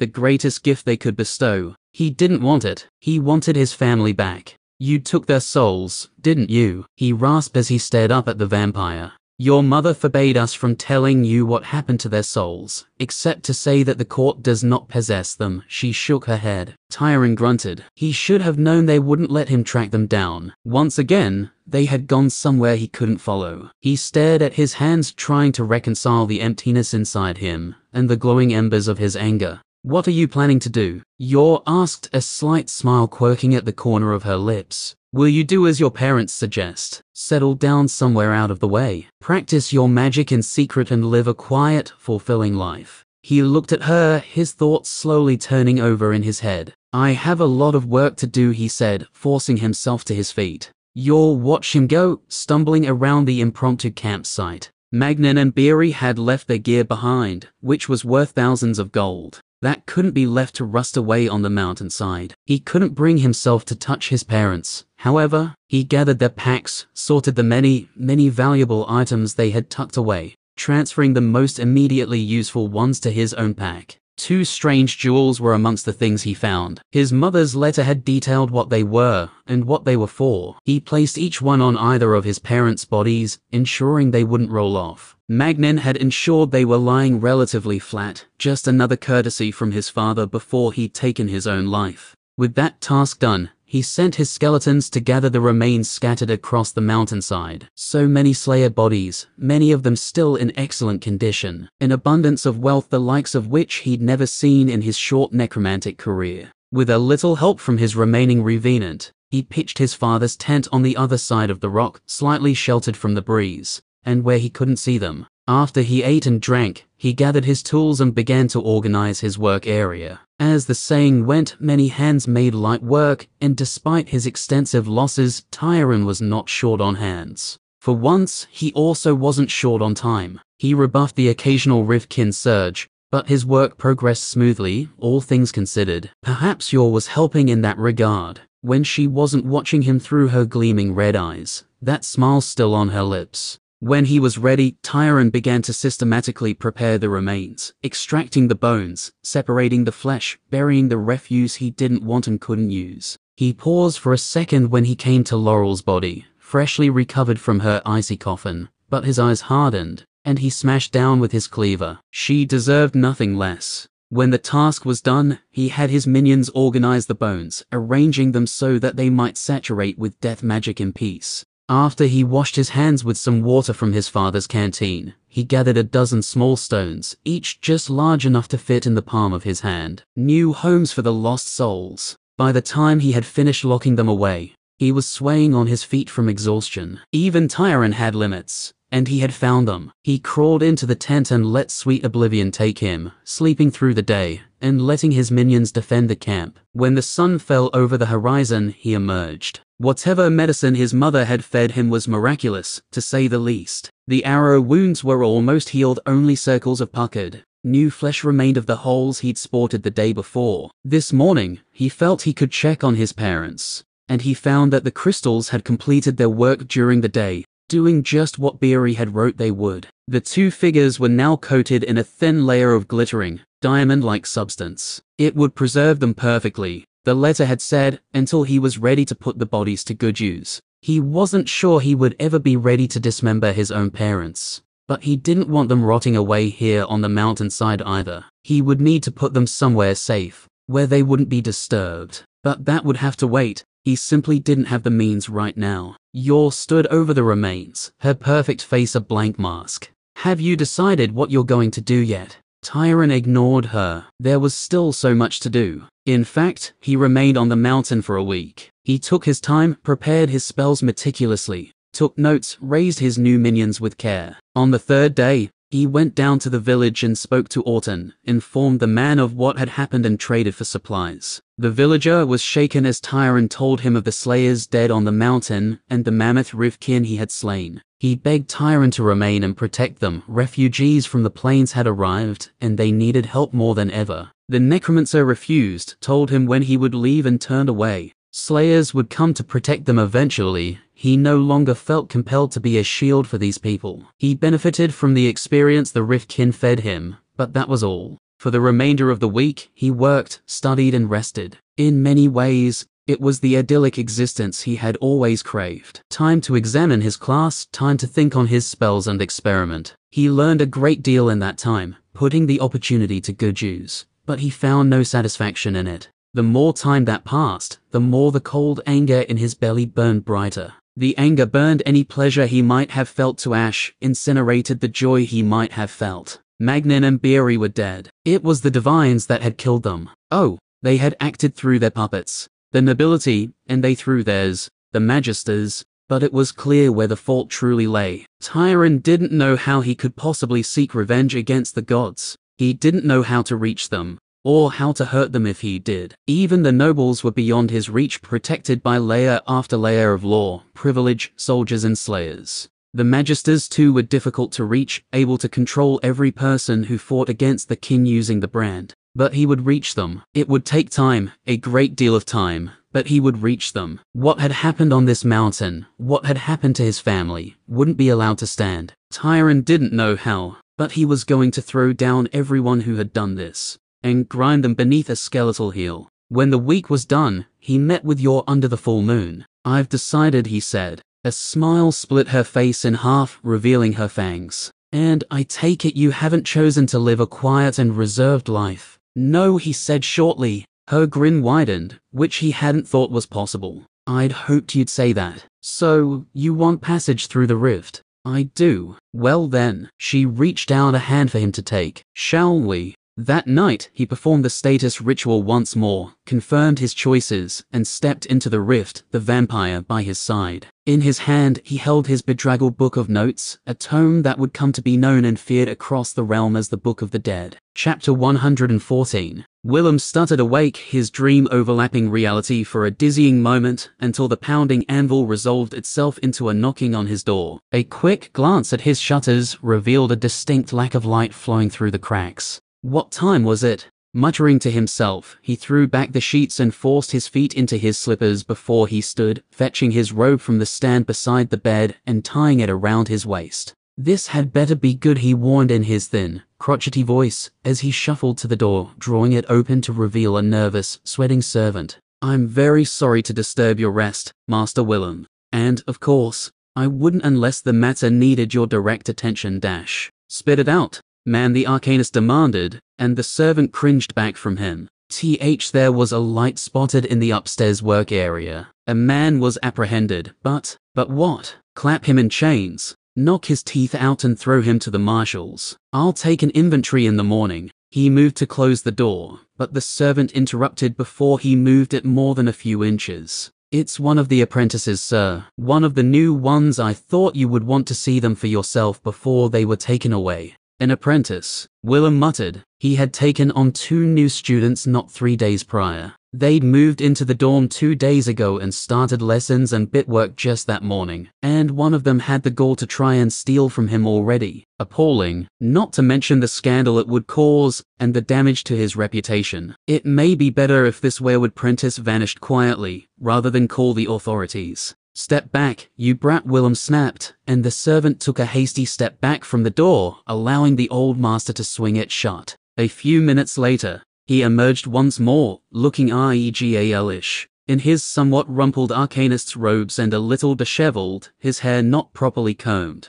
nor his beard fully groomed. Nevertheless, thunder sparked in his eyes, and as the servant fell in on the master's heels, he thanked the heavens some other poor bastard in Kenmore would receive the old man's wrath. When he arrived at the workshop, Willem's temper had only worsened. The cold night air had chilled him to the bone, even through his robes, and his damn knees ached something fierce. When he saw this thief, he may just bash his head in with his arcanist pliance, and be done with it. He stomped through the ground floor, where his senior apprentices worked, and made his way upstairs to find a small crowd gathered around one of the cramped and basic stations the juniors used. He recognized 2 of the men, guards he'd hired to protect his property, and who were about to be fired. Another face he knew far better. "Mrs. Crotton," he snapped, "what in the name of the divines is going on here?" In the center of the 3 figures sat a slight, sandy blonde-haired young man hunched over the table, scraping at a core using his pliance. "Master Willem," the stout old woman gasped when she saw him walk in, as if he were a ghost. "What are you doing here so late at night?"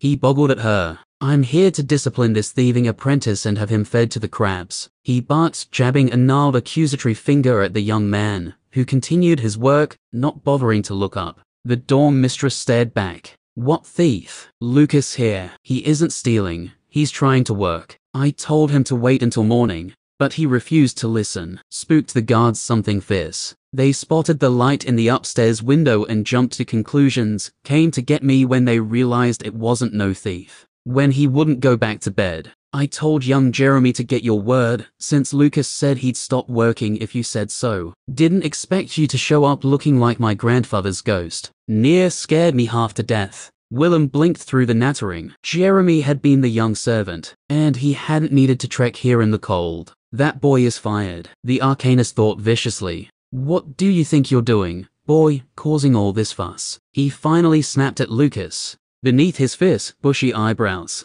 the old master could muster quite the glare when he wanted to, and he unleashed the full fury of those brows now. Cool as a winter cabbage, young Lucas turned to his master and held out the core he'd been working on. You wanted it like this, didn't you, Master Willem? After nearly 4 decades in the enchanting trade, Willem found his eyes irresistibly drawn to the core, taking in every detail of the lad's work at a glance. Your far rune is misshapen, he snapped. Lucas took the core back and placed it under the glass once more, magnifying it in his eyes. Fuck, the young man cursed, causing Mrs. Crotten to gasp. A few scrapes and the apprentice turned and handed it back to Willem, who again assessed it almost against his will. Better, he begrudgingly admitted. Lucas nodded, then placed the core to one side in a waiting receptacle, before he opened a drawer to his left, and withdrew a new, unmarked one. Without hesitating, he held it beneath the glass, and began to scrape away with his pliers. What are you doing, boy? Willem screeched, coming back to his senses. Working. Scrape, scrape, scrape. This lad has a steady pair of hands, Willem noticed, then shook himself. Why in the blazes are you working now? Nobody told me I wasn't allowed to, Lucas replied matter-of-factly. I work better at night, and I don't tend to sleep much. Being apprenticed to a renowned and successful arcanist such as you, Master Willem, I thought it would be foolish to waste any time. You asked Hunt and I to finish 100 of these light enchantments before we reported back to you. I'd hoped to finish them tomorrow. Scrape, scrape, scrape. Tomorrow? Willem stared. He looked down at the workstation and saw there were already 4 cores sitting in the receptacle, carefully nestled in their cups, protected from chipping or scratching. Let me see those. Lucas immediately put down what he was working on before he passed the 3 uninspected cores to his master. I suspect the far rune will be off on each of them, he said. I'd intended to fix them after having another clean attempt. The boy was right, each of them lacked the proper curl at the end of the rune. They'd work,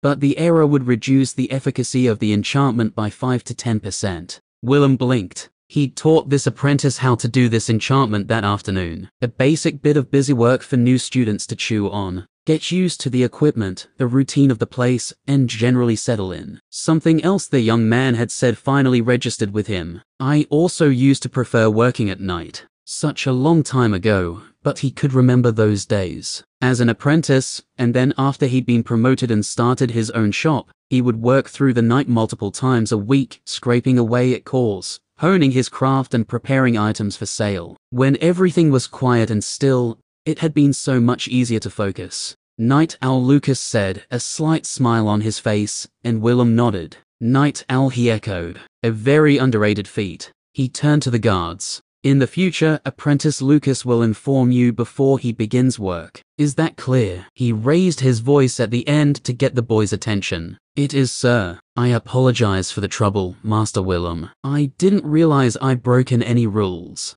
The arcanist nodded before he spoke to the dorm mistress. Mrs. Crotten, please inform Jeremy he is fired the next time you see him. Insist that young Lucas gets at least 3 full nights sleep each week, or he will answer to me. Otherwise, let him work. I will, sir, not to worry. With that, he left the workshop, the lad still scraping away, head down, face to the glass as he went. For whatever reason, Master Willem didn't mind so much as he braced himself against the cold for the return journey, and he didn't notice the slight bounce in his step as he alighted the stairs and returned to his room. Night Owl, he chuckled to himself as he wormed his thin frame back under the blankets. That boy is going places. Are you sure you aren't an arcanist by class? Vic, how many times do I have to say it? I'm not an arcanist. If you bribe the staff, you can probably get a look at my status when I signed up. Curse Mage is my main class, and I picked Enchanter as a secondary.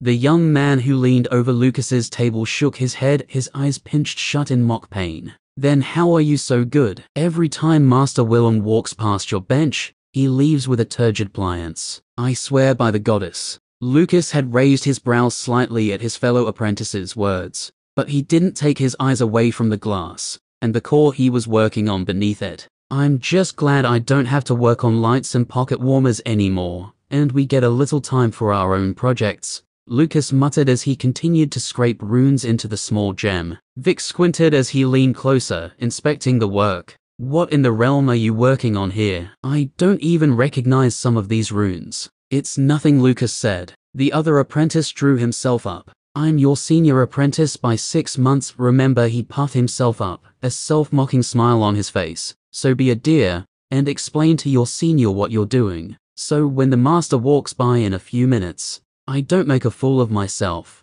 Lucas rolled his eyes. Fine. He leaned back and brought the core closer to the glass, enlarging the image, so they could examine the runes more easily. I suppose you can think of this as a repository. It will draw in magic, hold it, then make it available to another spell or enchantment. It's intended to act as a power reservoir of sorts. Isn't that just a power core? We have those already. The younger apprentice shrugged his shoulders. We do, and are not likely to improve on a thousands of years old design. This is something different. I don't intend this to be a reserve source of magic for mages to draw on, but to provide energy to already active spells, like a summon or golem. Exactly like that, Lucas smiled. I want them to be modular as well, so I can network them together if needed. Victor rubbed his chin as he examined the runic script carved ever so finely into the surface of the core. I may not know exactly what's going on here, he pointed, but isn't this going to be pretty ineffective? You'll get a tiny trickle of power out of the thing, at best. That's the challenge. I don't want this design to require large and expensive cores. Instead, I want to maximize the effect I can get from smaller ones. Efficiency is the key. Well said, lad. Master Willem harumphed as he wandered down the line of work tables. After being promoted from the upstairs area the previous week, Lucas had been making himself at home amongst the more experienced apprentices working under the master. It had taken him 6 months of diligent effort, but that was half the time it normally took to earn promotion from the demanding owner of Willem's Arcanist Emporium. There's no appreciation for good, tight script these days. Need more power? Get a bigger core, sir. The old man nearly spat on his own workshop floor in disgust. In my day, we'd be beaten with a stick if we couldn't squeeze every ounce of power from a core, and conduit magic as well. Linking weaker cores is a much cheaper solution than purchasing larger ones, but it's harder. Half of the workers on this floor still have conduits leakier than a drunk roofer's shingles. A few of the others rolled their shoulders uncomfortably as they continued to work at their benches. Lucas is working on a runic repository, Victor said sagely, trying to power active spell forms. We were just discussing the efficiency issue, Master Willem. A repository, muttered the old man as he shuffled closer and peered into the glass. A frown creased his features almost immediately as he muttered to himself. These are some odd choices, young man. Where did you find these runes? In the apprentice library, Master Willem, Lucas replied promptly. I spent many hours examining the texts, and found this combination in magic storage and transference by Baxon. Baxon, that lunatic. Still, it will work. It's just. The old man waggled his thick brows. I try not to give too much advice to my apprentices when it comes to their own projects, especially the good ones. You'll have to puzzle through on your own. He nodded sagely before he leaned down and patted Lucas on the shoulder. Consider the configuration of runes, he whispered, before he glanced around the room to see if anyone caught the move, and then shuffled off, snapping at another apprentice. Victor shook his head. Look at how much he favors you, he sighed, and turn. Look at him walk. See that hunched posture? He's stiff as a board. I think he's just old, Lucas remarked. And doesn't giving the advice just mean he thinks I'm bad? Regardless, it had been a hint, and the young enchanter considered the arrangement of runes on the core for a moment before he sighed. He'd have to experiment through trial and error to find the correct configuration, which would take time, and more importantly, use up the few cores he was given to work on his own projects. There's no money in it, you know, Vic remarked, looking down on the core once more. Lucas frowned. What do you mean? What Willem was talking about. There's a reason all of us are poor at working with small cores and efficient conduits, and it's because that sort of work doesn't make much money. There are many 2-bit arcanists out there who fumble about with the little stuff. You think Willem got rich selling trinkets like that? No, it's the showstoppers, the high-end work that really pays. Everyone in here is aiming for that market. The more junior apprentice just shrugged his shoulders, an indifferent look on his face. Not me, he said. I've got something else entirely in mind. Chapter 115. Are you sure about this, Lucas? Don't you think Willem's favored apprentice should be looking somewhere a little more upmarket? Victor's voice dripped with derision, and he looked at the people who crammed the busy streets around them with open contempt. Lucas rolled his eyes. In some ways, he understood the attitude. Victor had been born rich, and had barely set a foot outside the walls of Kenmore his entire life. That wall loomed behind them now, a massive, towering edifice that blocked out the morning sun, an effect which gave the community that had built itself up outside the western wall its name, Shea Town. 50 meters high and 20 meters thick, the wall of Kenmore was designed to resist assault by the most powerful Rifkin out there. The sheer mass of it weighed down on Lucas whenever he stood nearby, a crushing presence that divided those able to afford a place within its boundary from those who could not. Of Kenmore's 6 million citizens, almost half of them lived outside the city itself. I've told you 1,000 times what I'm looking for, and you still won't listen, Lucas sighed. I can't tell if you're deaf or thick at this point. How? A lesser man would be offended by a comment like that. Perhaps you should be. The two men stuck close to each other as they made their way through the crowds. Unplanned and haphazard in its design, Shea Town was a nightmare to navigate if you didn't know where you were going. Stick close to me and keep a hand on your purse at all times, Lucas warned his friend again. Victor nodded irritably. Surrounded by thieves and ne'er-do-wells, he scowled. In the name of the five, I can't understand why you like it out here so much. It's a little more comfortable for me. I guess you could say, I understand these people. When survival isn't guaranteed, when you have to fight for it, desperation will make people do questionable things. Look at you, for example. Have you ever been desperate in your entire life, Victor? The older apprentice stroked his chin for a moment. There was a time Lady Shan was throwing a garden party. I was besotted at the time. I would have done anything to get an invite. Lucas snorted. Your example goes quite a ways to making my point for me. At any rate, as long as you know where to go, there are areas of Shea Town that are as safe as can be. You just have to know where. I don't know how you learned any of this. All I've ever seen you do is work and sleep. In 3 years, I don't think I managed to get you out for drinks once. If you went out for drinks less and worked a little more, then perhaps you might be close to finishing your apprenticeship too. I'm on schedule. Thank you very much. It's meant to be a 6-year apprenticeship, remember? I took that as more of a suggestion. Victor shook his head, then bumped into a passerby, and his hands immediately flew to his purse. He sighed with relief when he found it still in place. I keep telling you, this is a mistake. Willem favors you. If you stuck around, you'd have a chance to inherit his entire business. How many years does the old goat have left? 4, 5. Why strike out on your own? You keep repeating the same shit.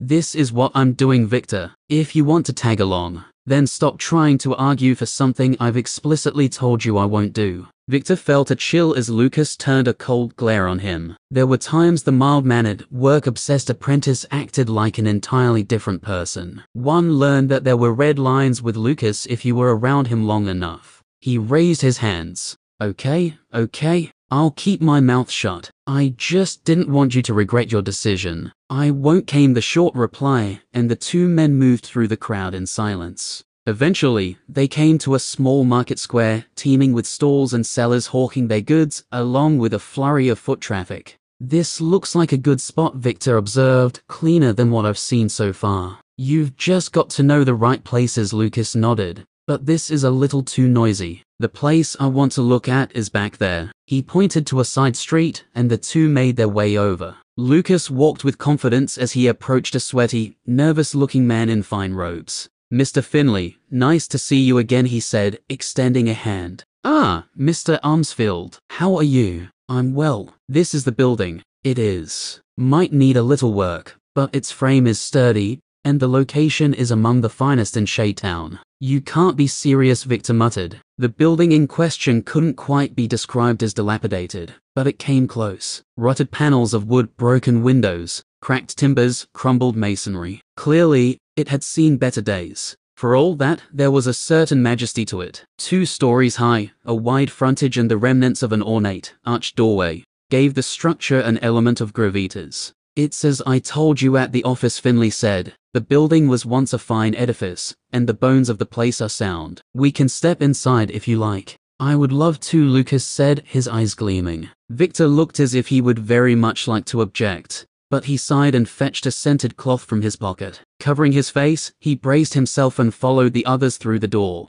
Dark and musty, the interior didn't do much to dissuade Victor of the poor nature of the building, but Lucas flicked his wrist, sending several glowing globes of light around the space to illuminate it. He then held out a palm and conjured a larger ball to take along with him. The light revealed what had once been an office space, with several desks, a reception area and attached offices. "This used to be an administration building for the area," he told Victor conversationally. "Since this was a bit of a prosperous neighborhood, they put together their own town hall of sorts, and ran their own council out of here. Quite a bit of history in this building." His fellow apprentice looked a little green, but nodded politely, as if he was listening. "Yes, quite. The people are quite proud of this place. The Market Council House. It was called." Finley enthused, one hand brushing at his robes compulsively. "Oh, I'm sure," Lucas remarked, "which is why it's been in disrepair for almost 2 decades. All that pride." He leaned closer to Victor,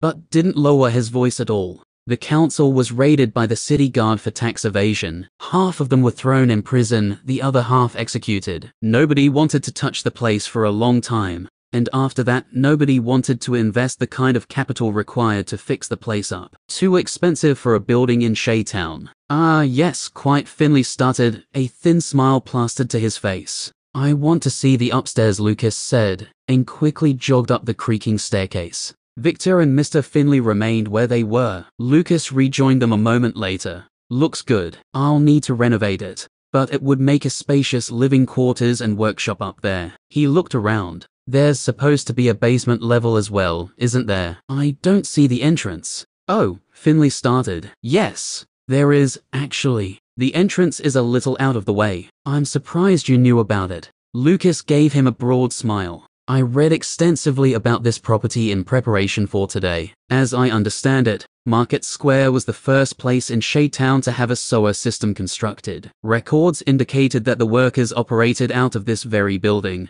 So I assumed." "Well, you assumed correctly," Finley said. "It's this way." He led them into one of the back rooms before indicating a heavy wooden panel built into the floor. "You gentlemen are a little younger than I am. If I could trouble you." "Come on, Vic." "I am not going down there," Victor warned. "You toddler." The two enchanters managed to lift the panel, revealing the stairs that descended down into darkness. "Mr. Finley," Lucas invited. "Oh, I will decline. Suit yourself." In a flash, the young man vanished down the stairs, leaving the other two awkwardly avoiding glancing at each other for 10 minutes. Just when Victor thought the silence couldn't be any more unbearable, his friend emerged once more, covered in dust and what looked like webs. "It's a mess down there," Lucas coughed, brushing at himself. "I'm surprised how much space there is, though." "Enough room for a wine cellar?" Victor asked. "You could fit 4 wine cellars down there easily." "I'm not sure if I believe you. How much do you know about wine?"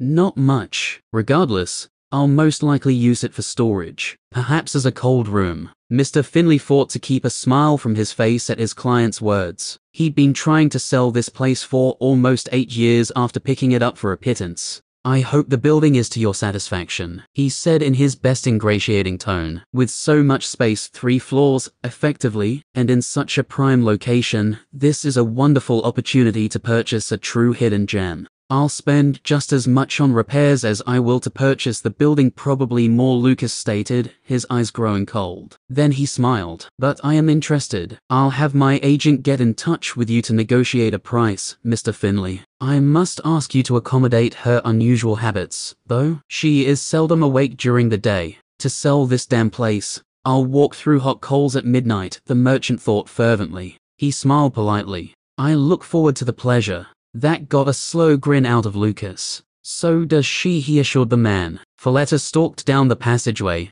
keeping her cloak pulled tight around her shoulders. She understood it was sometimes necessary, in her line of work, to frequent the sewer, but that didn't mean she liked it. The dank tunnels offered many advantages, of course. There were no pesky patrols to worry about, no marshals, no slayers, no magisters, no nobles with their private armies. Other than the maintenance teams, who were pathetically easy to bribe and intimidate, almost nobody came down here at all. Perfect for those who wanted to keep their business private. And Folletta very much wanted to keep her business private, especially tonight. Someone grunted behind her and she turned, a brow arched. "Are you trying to be heard, you fucking cretins?" She drawled in a low tone. "One of these things is hard to carry, let alone two." Someone complained. Probably Gavel. "I don't care if you're bleeding your motherless guts out onto the ground, you don't make a sound. All of you got it." Despite the darkness, her feet-enhanced vision allowed her to see each of the 10 men nod, and she turned back to lead the way.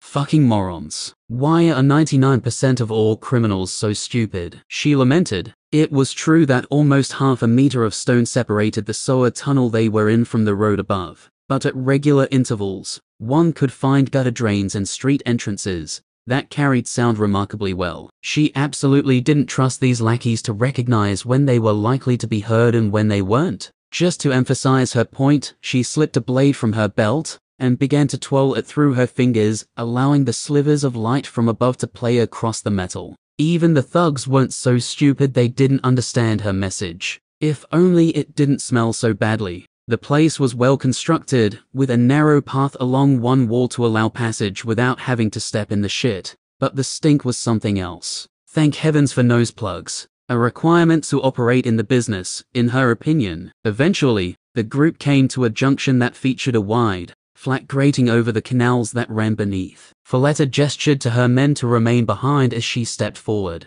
A hooded figure emerged from across the junction. "You're late," they said. Folletta raised a finger and waggled it back and forth. TSK, TSK, TSK. No hoods, not in this game. After a moment of hesitation, the person opposite lifted their hands and pushed back the heavy cloth covering their head. A youngish man, with narrow features and sharp eyes was revealed, his raven black hair hanging shoulder length. "What's the point of revealing my features? There are 1,000 ways to fake one's face. Of course. Do you think this is what I really look like?" Folletta smirked. "But it's courtesy that we conduct our business eye to eye, so to speak." She gestured for the man to approach, and they moved a few steps closer, until only 2 meters separated them. She looked him up and down, not bothering to conceal her interest. "You aren't exactly hard on the eyes, are you? There's a certain air of danger about you. I can practically smell it." The man shuffled his feet a little uncomfortably, and her grin widened.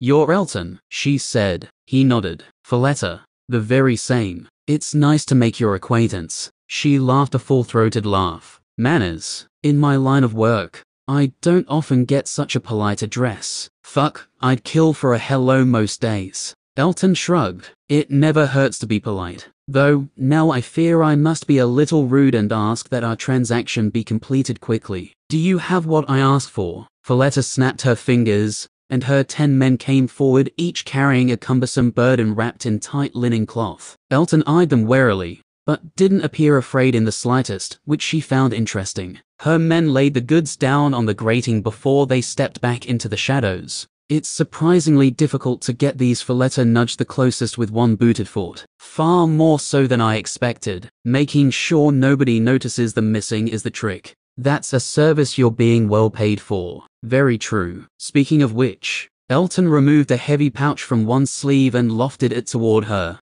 Folletta snagged it from the air with casual ease. "I hope you don't mind," she said, before she unwound the knot and inspected the contents. Gleaming gold caught her eye. "Fan-fucking-tastic," she breathed. With practiced motions, she tied a quick knot, and, in a blink, the purse was gone. She glanced down. "How are you?" She trailed off. "I'll take care of them after you leave." For the first time during their interaction, Folletta hesitated. "Obviously, you aren't likely to answer, but I have to ask. What do you want with all these corpses?" Elton shot her a look as if she was stupid. "I figured," she sighed. "Next time, I hope you'll be a little more prompt. I don't much appreciate being made to wait down here." "Next time." The robed man folded his arms impatiently. "Yes, that was the terms I negotiated. I need this many," he pointed down, "every month." She stared at him. "You are one sick puppy." "Okay. Don't get me wrong, I think I like it.